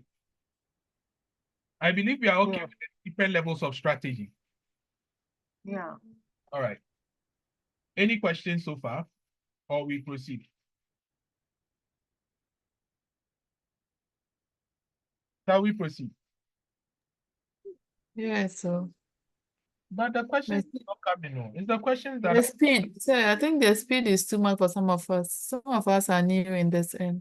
don't worry. I told you I got you covered. This one is an overview. You see, this is things students do not understand. Now we are in the era of no matter what I teach you, you would pause the video, play it back. You have access to the video. Would you not have access? So some of these things, you listen, make notes, ask questions. You can watch the video later. Now we are in the stage of ultra learning. So that traditional form of learning is gone. Do you understand? I know this is your first time. That is why I'm going that way, to tell you that we mean business. Okay, so I want you to rather be asking more questions rather than keeping quiet. Keeping quiet will not make you understand. But when you ask questions, it will make the tutor go back and explain some things again for you to understand. Okay, what I'm trying to say? Yes, it's a new model. And the reason why I'm doing this is so that it keeps you on your feet to learn. Do you get me? So ask questions. That is what I want from you.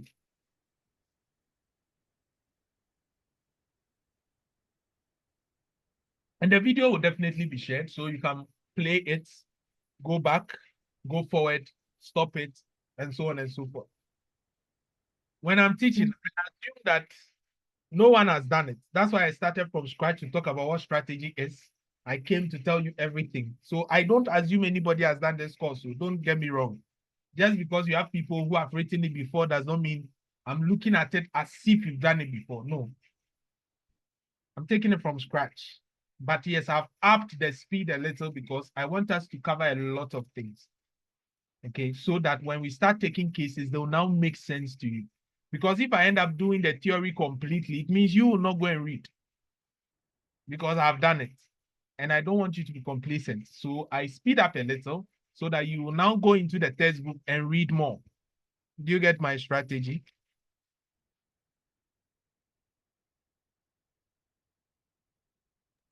Yes, please. So please, is that your textbook that they are displaying as in your Yes. okay. So we have looked at the different strategies, right? Now the levels of planning, we've seen it, which is what do we call it? The strategic, the corporate level, the business level, the functional level, right? Yes, we have talked about this already. Then we are going to look at different approaches to strategic planning. Now, they have added some few things we need to understand, right? At your level now, the different approaches to strategic planning, I believe they've included the systems model, the resource model. They've included all of them.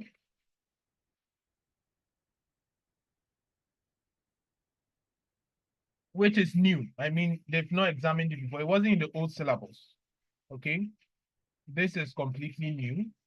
The approaches to organizational strategy. Okay, so now we have the systems-based approach. Now, this systems-based approach views an organization as a complex system which is composed of interrelated subsystems and systems, okay, or subsystems and sub-subsystems. What it means is that this model, when people are formulating strategy, they assume that the organization is like this. It has what? It has systems. This system also has another system under it. This system also has another subsystem like that, right? And each level has a role it plays to achieve the overall objective at the top. So this approach to solving strategy is that the organization and its components should be aligned to work together towards a strategic objective. So if we have the board of directors here, right? The subsystem of the board of directors is that the executive, including the CEO, will have to work, make sure that these departments work together, right? Or these divisions work together. And within these divisions, there are subsystems. Even under this division, there may be finance, there may be HR, there may be marketing, right? And even within the HR department, there are subdivisions. So he's saying that there should be coordination between these different departmental subsystems to make sure that the overall objective at the top is achieved. Okay, so this one is that the organization is seen as a whole, which with each level playing parts in the overall strategy, right? And strategy is developed at multiple levels, starting with the organization as a whole, and then cascading down to the strategic business unit, which is the business, the divisions, right? The various divisions or departmental heads. Are we okay? The functional department and further down to specific day-to-day activities. So system-based approach to strategy formulation is that we consider the organization in systems and subsystems, like there are a lot of hierarchies, and all the hierarchies must work together to achieve the overall organizational objective. Is that okay? Should I go over it again? I mean that here, this is an approach where people form strategy or develop strategy. And this approach is that we see the organization as bricks, right? And all the bricks, until all the bricks join together, the house cannot be built. True or false? True or false? It's true. True. So we are saying that, yes, if the bricks are on their own, they won't work unless they are joined together to form the house. And you must ensure that all the levels of strategy are consistent, are you getting it? And they are aligned with overall strategic goals. So the system-based approach means that the organization works in systems, right? Each of them are a brick of subsystems which work together to achieve a common goal. So when you are forming strategies, the strategy should be consistent and aligned with all levels. Okay, and that is what we call the systems-based approach to strategy development. Now, this is a new inclusion in our syllabus, right? That now they can ask you. So if they give you a question, they can ask you what approach to strategy development has been adopted by this company. And your duty as a student is to look at it, whether they're applying the system approach, they're applying the resource-based approach, or they're applying the competence approach, or they're applying whatever approach, right? But in our exam, we are going to focus mostly on the rational model. What did I say? We are going to focus on what?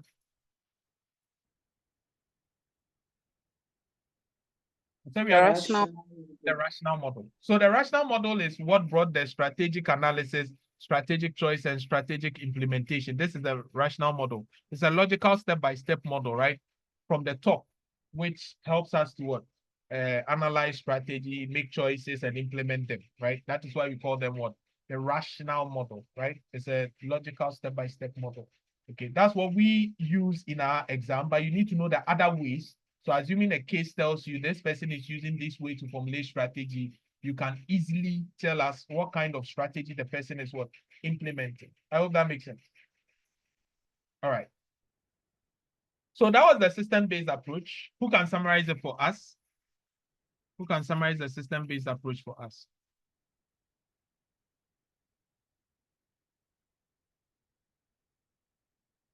Yes, system-based approach. Who can summarize it for us?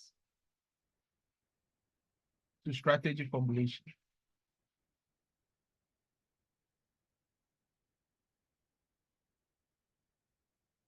Yes. I'm waiting on. Oh, just in your own words. I want it in your own words. System-based approach to strategy formulation.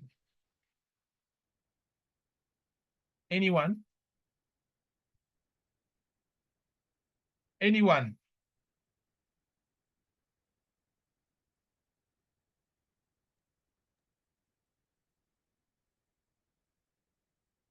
Anyone? Okay, no problem. All right. So let's look at the resource. Hello, sir. Let me try. Sure, you can. You said the organizations have subsystem and sub-subsystem, and such systems should work together to achieve the organization objective. I think that's what I. Yes, that is it. Because this one, we do not look at strategy as, oh, okay, we are just coming up with strategy, but we look at how the strategies can pan out to be consistent across all levels because they are systems under other systems. Do you understand now? I hope that makes sense to everyone. I hope that makes sense to everyone now. Okay, so let's look at the resource-based approach. Now, the resource-based approach is saying that, okay, we want to come up with strategies, but here we will look at the organization's unique resources and capabilities that can help us gain a competitive advantage. So what do we mean? Let's come to our restaurant business we want to open. I told you that's what we'll be using throughout, right? Through our journey in strategic management. Now, this restaurant, what if we have a chef, right? Who has over 30 years of experience, can cook both local and continental dishes? Do you think this is something that somebody can easily copy? No. No, right? So this guy is a unique resource. Do you guys get me? This guy is a unique resource. And so far as it's a unique resource, not every restaurant can copy this guy. That means we can easily use this guy as our key strategic resource to help us gain sustainable competitive advantage, right? So we can develop strategies that exploit these resources to create a sustainable competitive advantage. I hope that makes sense. Are you getting it? You said I should slow down, so I'm slowing down for you to take it step by step. All right. So we are saying that if the chef, okay, we will not just come up with a strategy, but we will first start by looking at what resources we have, and then we develop strategies around those unique resources to make sure that we don't just gain competitive advantage, but we gain a sustainable one that can last for the long term. Do you get it? So with this approach, we focus on that key resource and then develop strategies around it to help us what? Sustain our competitive advantage over the long term, right? So strategic decisions will now revolve around how best we can deploy and develop these resources. Does that make sense to everyone? Okay. So distinguish between the systems-based approach and the resource-based approach. What's the difference between the two?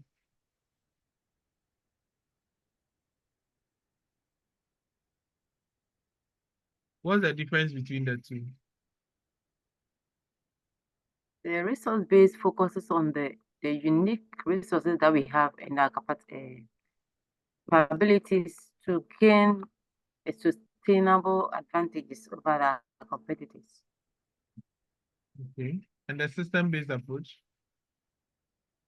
And the system-based approach sees the organization as a complex system which comprises of subsections and sub-subsections, and to make sure that they work together to achieve the organizational goal or the aims.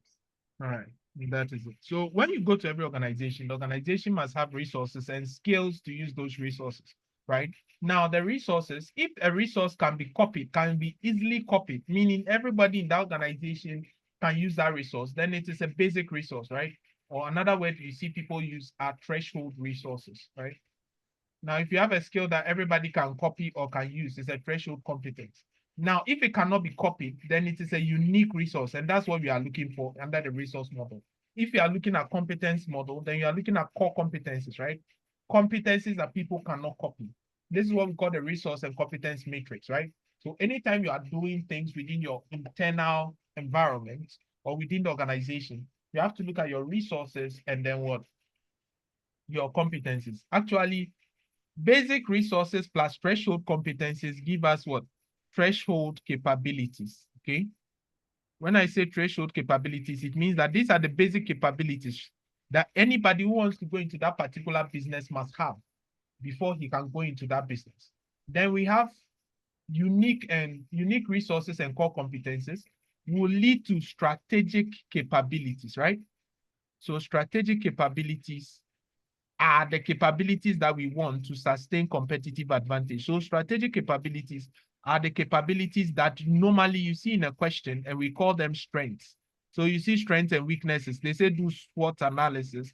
The strengths are the strategic capabilities, things that people cannot imitate.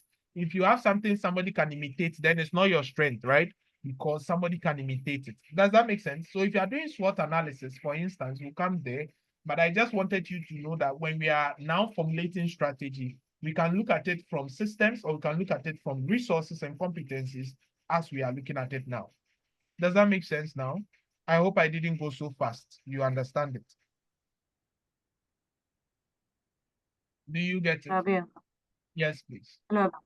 Yes, please. So if I understand you, meaning the unique resources give us that strategic capability to override our competitors. Is that not it? Yes, to overcome what the competitors are doing.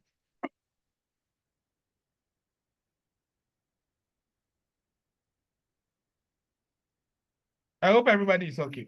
So the whole thing is that as a business, you must fight for what? Unique resources and core competencies. For instance, going into a restaurant business, I want us to do this analysis with our restaurant business. Everybody who goes into a restaurant business has some basic resources and threshold competence. Basic resources, definitely, we must have a place to keep our utensils. We must have utensils, spoons, bowls, and other things, right? Which everybody at all can copy and get. True or false? True or... And we must have somebody who can at least cook a basic meal. You understand? This one, everybody can. But having a chef with over 30 years experience who can cook all sorts of dishes is something people cannot easily copy. Or having drones deliver our food with camera attached to every seat and a screen where you can watch movie. Do you think everybody has this? No. No. That means that if we implement it, we have been innovative enough to create a strength for ourselves. Do you understand? Does it make sense to everyone? I hope it is making sense actually. Yes. Okay. Yes, sir. So that is what we are saying. And these things now, they will give you a typical scenario and they will ask you what kind of strategic management approach is the company using. Let me give you this scenario, right? Let's use Atahac Limited. So let's see Atahac. And you tell me what strategy Atahac is using. So let's see. Atahac Limited has been specializing, right? Has been specializing in the manufacturing of cosmetic soaps for ladies in the UK, right? This is because of a special recipe, okay, which was passed down, also was passed down from generations by the family of the CEO. Like you say, a special recipe or formula, right? Which was passed by what? The family of the CEO, and is what? Is giving the company competitive advantage. Okay, this has been the success, or the reason for the success of the company, also, and the basis of its strategy formulation. Okay, I'm just assuming. Okay, so they are asking what approach to corporate strategy is the company adopting? What approach are they using? So they specialize in manufacturing of cosmetic soaps, right, for ladies in the UK. And it's because they have a special recipe or a secret formula, which they have been using for generations, right, in making their cosmetic soaps. And then this was passed down by the family of the CEO, and it has been kept secret. And this is why the company has been successful over all cosmetic producers in that industry. I get, and it has been the basis of its strategy formulation. So what approach, you see the way I'm giving you a scenario, what approach to strategy development is the company using? The resource. The resource base. Why resource based? This is where you need to give us factors why you think this is resource based. You see, Because of the special recipe that the family is. The unique recipe that it is. It has been inherited from their predecessors. Yeah. Okay, so I made it obvious, right? This is a very simple case. I could have massaged it in such a way that you would think plenty. But I like the way you are thinking. Sorry. And also, it has been kept as a secret, so no one will be able to imitate. I wanted you to bring out some of these things. We looked at the resource matrix and we said that what we are fighting for, what unique resources and resources, right? So this is a unique because it cannot easily be imitated. Does it make sense to everyone? Yeah. So let me give you the secret of answering ICA questions to the satisfaction of the examiner when something like this comes. Because you are dealing with resources, I want you to always think about our good friend Ron, okay? Or think about our good friend Viral. Now look at something here. We are just going to use the same question. Mostly this thing you do is to conduct a resource audit. What you guys have done right now is that you have conducted a resource audit unknowingly, right? Without knowing. And let me explain why I'm saying so. This is it. Every resource that is unique in nature, let's start with Viral, should offer value, right? It should be inimitable, meaning people should not be able to what? Copy, right? When you imitate something, it's imitation, right? Imitability. We are saying that it should be rare. Can you get this recipe anywhere? And it should have organization-wide support, right? But it should be well organized. So if we take the secret recipe, the question is, one, is it valuable? Yes or no? Assuming you want to sell this recipe to somebody, can you command a price premium? Yes. Yes, it is valuable. Two, is it inimitable? Can somebody just copy? No. No. Okay. Three, is it rare? Is it rare? Yeah. The Not word common. partial tells you it's not common, right? Yeah. No comment. It's rare. Okay. Then 4. Organization-wide support. Yes, it's supported within the whole organization. That is why we are able to use it to gain competitive advantage. So yes, if it meets all these criteria, then it tells us that we have a unique what? Resource, right? And therefore, that unique resource leads to what? A strength for the company. I hope that is okay. Is it making sense to everyone? Yeah. So if we want to use RUN, we are saying that that resource must be robust. That means it must be what? Must be durable, right? Can it last long? Yes, it has been passed down from generations.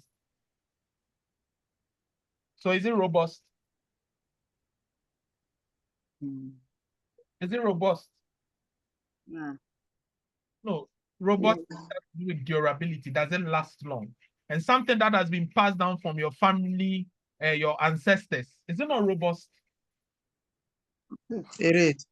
It is. Okay. Rarity. Is it rare? Yes, it was, right? Does it offer value? Is it valuable? Yes, it is. Is it non-substitutable? Can we easily substitute it with something else? No. No, we cannot, right? That makes it what? That makes it what? Unique as well, right? So these things mark uniqueness of a resource. Do you get it? So you see how this simple case, we have been able to apply these same frameworks to see if we have a unique resource or not. And this is one approach that the company has used in their strategy formulation and has made them successful.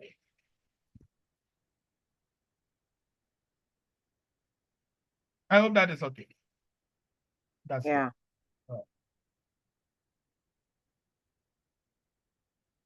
it. Right. You see, these things are not difficult, are they? It's just understanding, right? Okay. And I believe that now that you get the understanding, it will be easier for you to always apply these. Can we do that? Yeah. All right.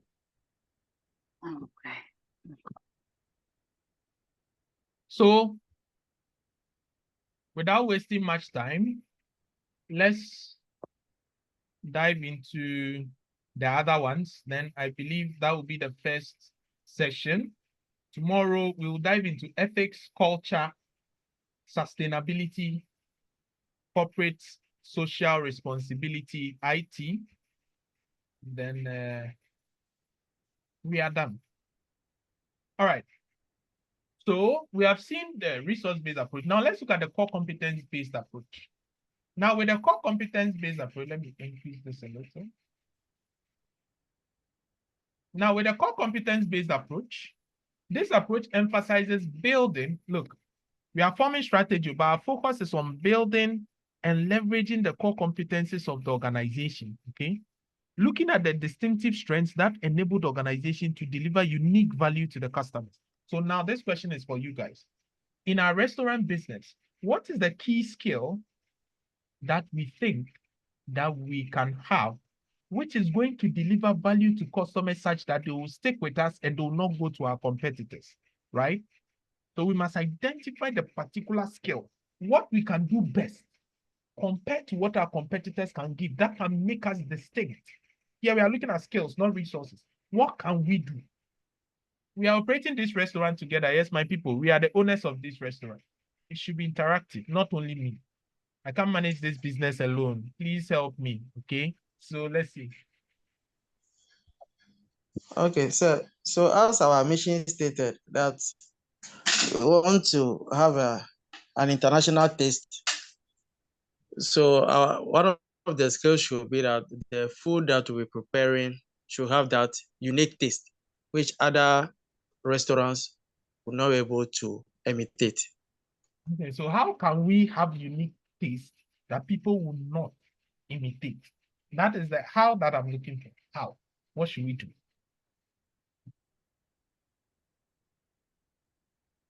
Get a good chef. Okay, we already have a good chef. Good chef. Okay. We already had a good chef with over 30 years experience. master in continental dishes. So now the skills that this chef has alone are core competencies, right? Because people cannot copy the awards, the 30 years experience, the different experiences this guy has, and the kind of food he can cook, right? So now, before we didn't know, but we have identified the core competence, right? What do we do best compared to our competitors? What about customer service? Customer service, yeah. The way we The quality of the items. Yes, the way we relate to our customers Customer service is is very key because of customer relationship management and customer satisfaction. I think that's the key metrics now, which you have to know. Are we okay? Yeah.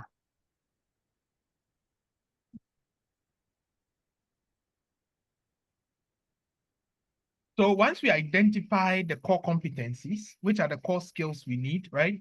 Like superior product quality, customer service, or innovation capabilities. I think we were innovating. We for the first time we brought square kenke and square cube right? So it's innovation. This is one of our core competencies. People do not know how did we even put the banku in a cube form, right? Yeah. How do we use this to differentiate the organization's products or services in the market? If we can do this, then that means that our services are distinct, right? So we are developing our strategies based on these distinctive capabilities. You understand? And then we focus on our strength, right? So how do we concentrate on and invest in these areas where we see we have a clear competitive edge against other businesses? Do you understand? So we are saying that, okay, now it's not just about the resource. Yes, we have the resource, but that resource, we must have some skills to manage those resources. And those are the things we are talking about. Superior product quality, like our food should be just the taste, unique, customer service, innovation, like the square banking. Do you get the idea? But how can we use it? Or how can we invest in these areas to keep gaining a better competitive edge over our competitors? Does that make sense to everyone? I believe everybody's yes. Now that we have understood it, how many systems or how many approaches, performance strategies have we looked at so far? 3. 3. Okay. What are they? The system based. We have system, the resource, and our core competence. And the core competence. Nice. It means that people are actually listening. So now we are going to the normal one, which I told you that we will be using all the time, which is the rational. Which is the rational model, right? Okay.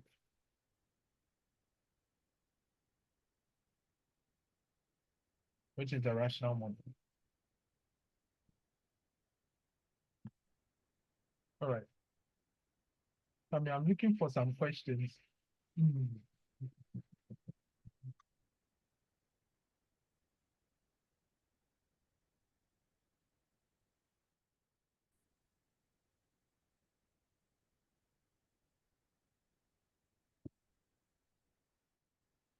For a particular question.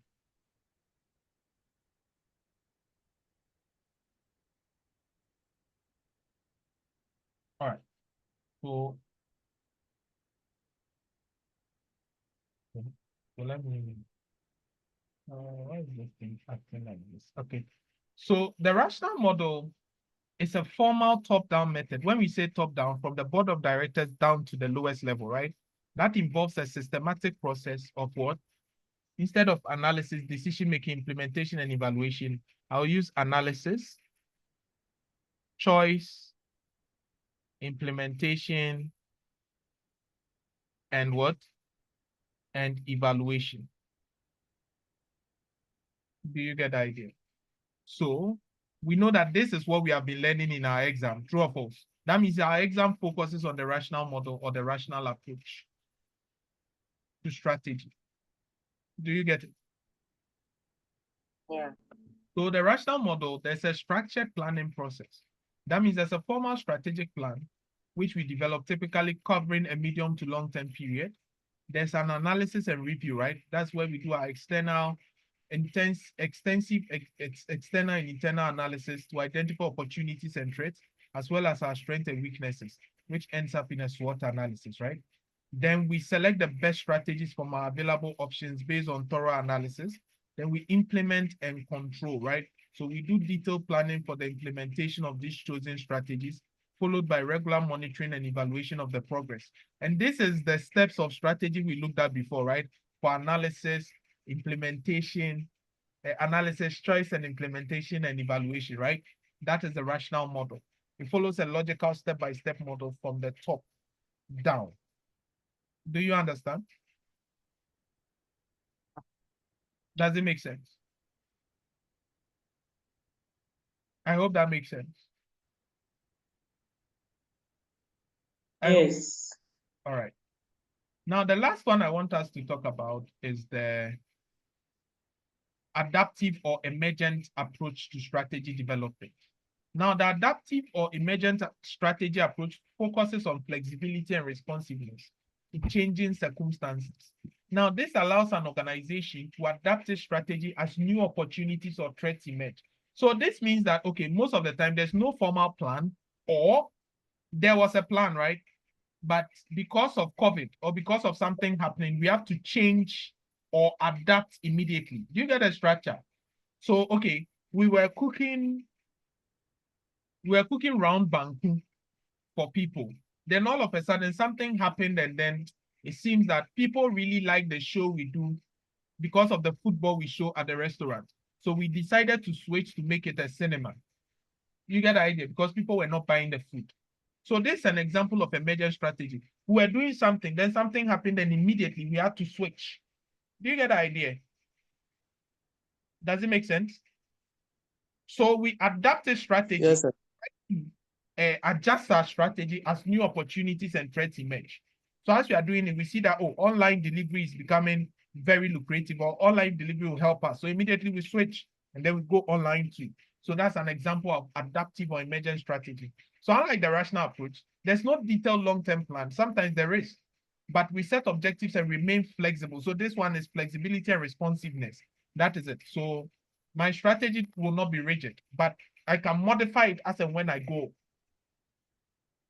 Does that make sense? So it means that as I go on, I can modify my strategy. I can change it. I can twist it to flow. I get it with changing circumstances. I get it. So I can quickly adapt to changes in the external environment, like market shift, technological changes, or regulatory updates. Maybe all of a sudden, Food and Drugs Authority said that restaurants that sell local food should not sell foreign food. So now this is something that I must control, right? Do you understand? There must be continuous learning. So we must emphasize learning from the environment and continually adapt our strategies. Do you understand? So all these things that we have seen, it means that if you decide to choose any of them, right, it depends on several factors, like the size of the organization, the industry you are in, your competitive environment, your internal capabilities. For example, a large corporation might benefit from a systems-based approach because you know that with a large firm, there are various systems and subsystems, various departments, divisions, and all that. So it will benefit from a system-based approach. But a startup, which is starting recently, will prefer an adaptive or emergent approach because it's just starting out and it must try to adapt to various systems, right? So in practice, some organizations might combine different approaches that suit their unique needs and circumstances. Does that make sense? So I believe everybody gets it now. So I want you to choose the answer for me here. Let me see. Which approach is being used here? TPLC is an electronics manufacturer which has recently created a detailed strategic review of its operations as well as its external environment. T identified that it has significant skills with regards to the manufacture of electronic displays and launched a range of flat screen televisions. Unfortunately, its new product range, while praised by reviewers, failed to sell well to the public. T therefore has abandoned its original strategy and took advantage of an offer by HHH, another electronic manufacturer, to make screens for HHH's popular mobile smartphones.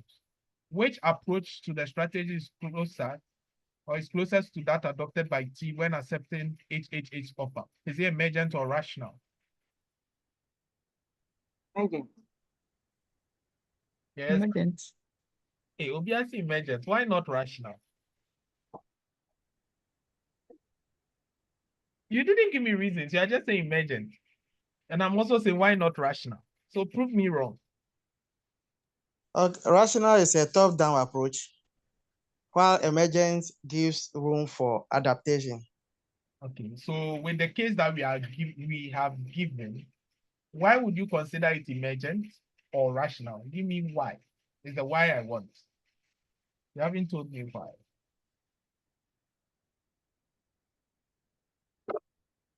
Assuming this, Okay, so because in this case, see, in this case, I'm listening. okay, see, after they have started their operations, but unfortunately couldn't sell the electronic items, they fall on the other company, which is the HHH, which offered them to make screens for them. So their original product that they've started with, they have abandoned it and adapted to making screens for HHH company. So they are responsive and flexible with their strategy, right? I wanted to see those words. But we said when it comes to okay. adaptive or emergent approach, we are looking at responsiveness and flexibility. Is that not so? Is that not what we? Yes, sir. Yeah, so we must see that responsiveness. We must see that flexibility. And did we see that with these guys? Yes, we did. Yes. So once we have seen this, it means that they are using the emergent approach. But this time, the emergent approach began with the rational model. Because see, detailed, right? Detailed review of your operations is rational. Do you know that? It's a rational model. But as they went by, the environment changed and they lost. So they failed to sell to the public. So they had to change immediately. So they abandoned the original strategy, took advantage of an offer that was issued by one guy. So emergent, you guys are on point. You have done well. We have done very well.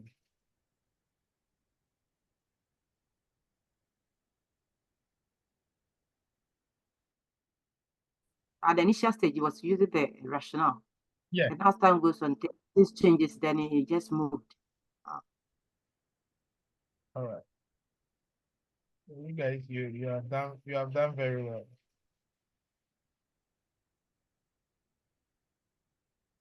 You have done very well. So that brings us to the end of our session today. Today we didn't learn anything because it was introductory, but anyway, I believe it wasn't that bad. Tomorrow, more grease to your elbow. I will stress you a lot. So I'll see you tomorrow. I told you tomorrow we are going to do a lot of things, a lot. We are going to do culture, structure, risk management, and a bit of financial management. Okay, I told you I'm not waiting for anyone. You must pass case study by force. So I'll see you tomorrow. So now the classes is Mondays and then Tuesdays, eh? It's only this first meeting. First meetings, okay. Last Monday, I couldn't meet you because of the holiday. Yeah. Meet you tomorrow too. Okay, so Sir, time. I think tomorrow we have advanced tax, so I didn't check the. Advanced tax, eh? Okay. Okay, you don't worry. Join the advanced tax or join the case study. No matter what happens, I'll still meet you for advanced tax as well. So don't worry. But tomorrow, this session is very important. I want you to join tomorrow's session. Don't worry about advanced tax. I got you covered. Mary, is that okay? Yeah, sure. Thank you. For tax, even if I have one day with you, I can still make you pass. So don't worry about tax. Okay. Join this session because these things, the topics I'm covering are the integrations into the new syllabus, right? You saw that, yes, it's just like the previous syllabus, but you see there are slight differences. Have you noticed? Yes, there are some small differences, and that's what I want to highlight and I want to teach you so that you can pass first attempt, so that you're happy, I'm happy, right? So this diet, no time wasting at all. We must finish all the by the next 2 months. All right, so that brings us to the end of our session. I believe we didn't learn anything, but it's all good. Tomorrow we'll learn. All right. Say in Fiashe. Tomorrow we'll learn, eh? Thank you. You're welcome. All right. Have a good night. Same to Thank you. you.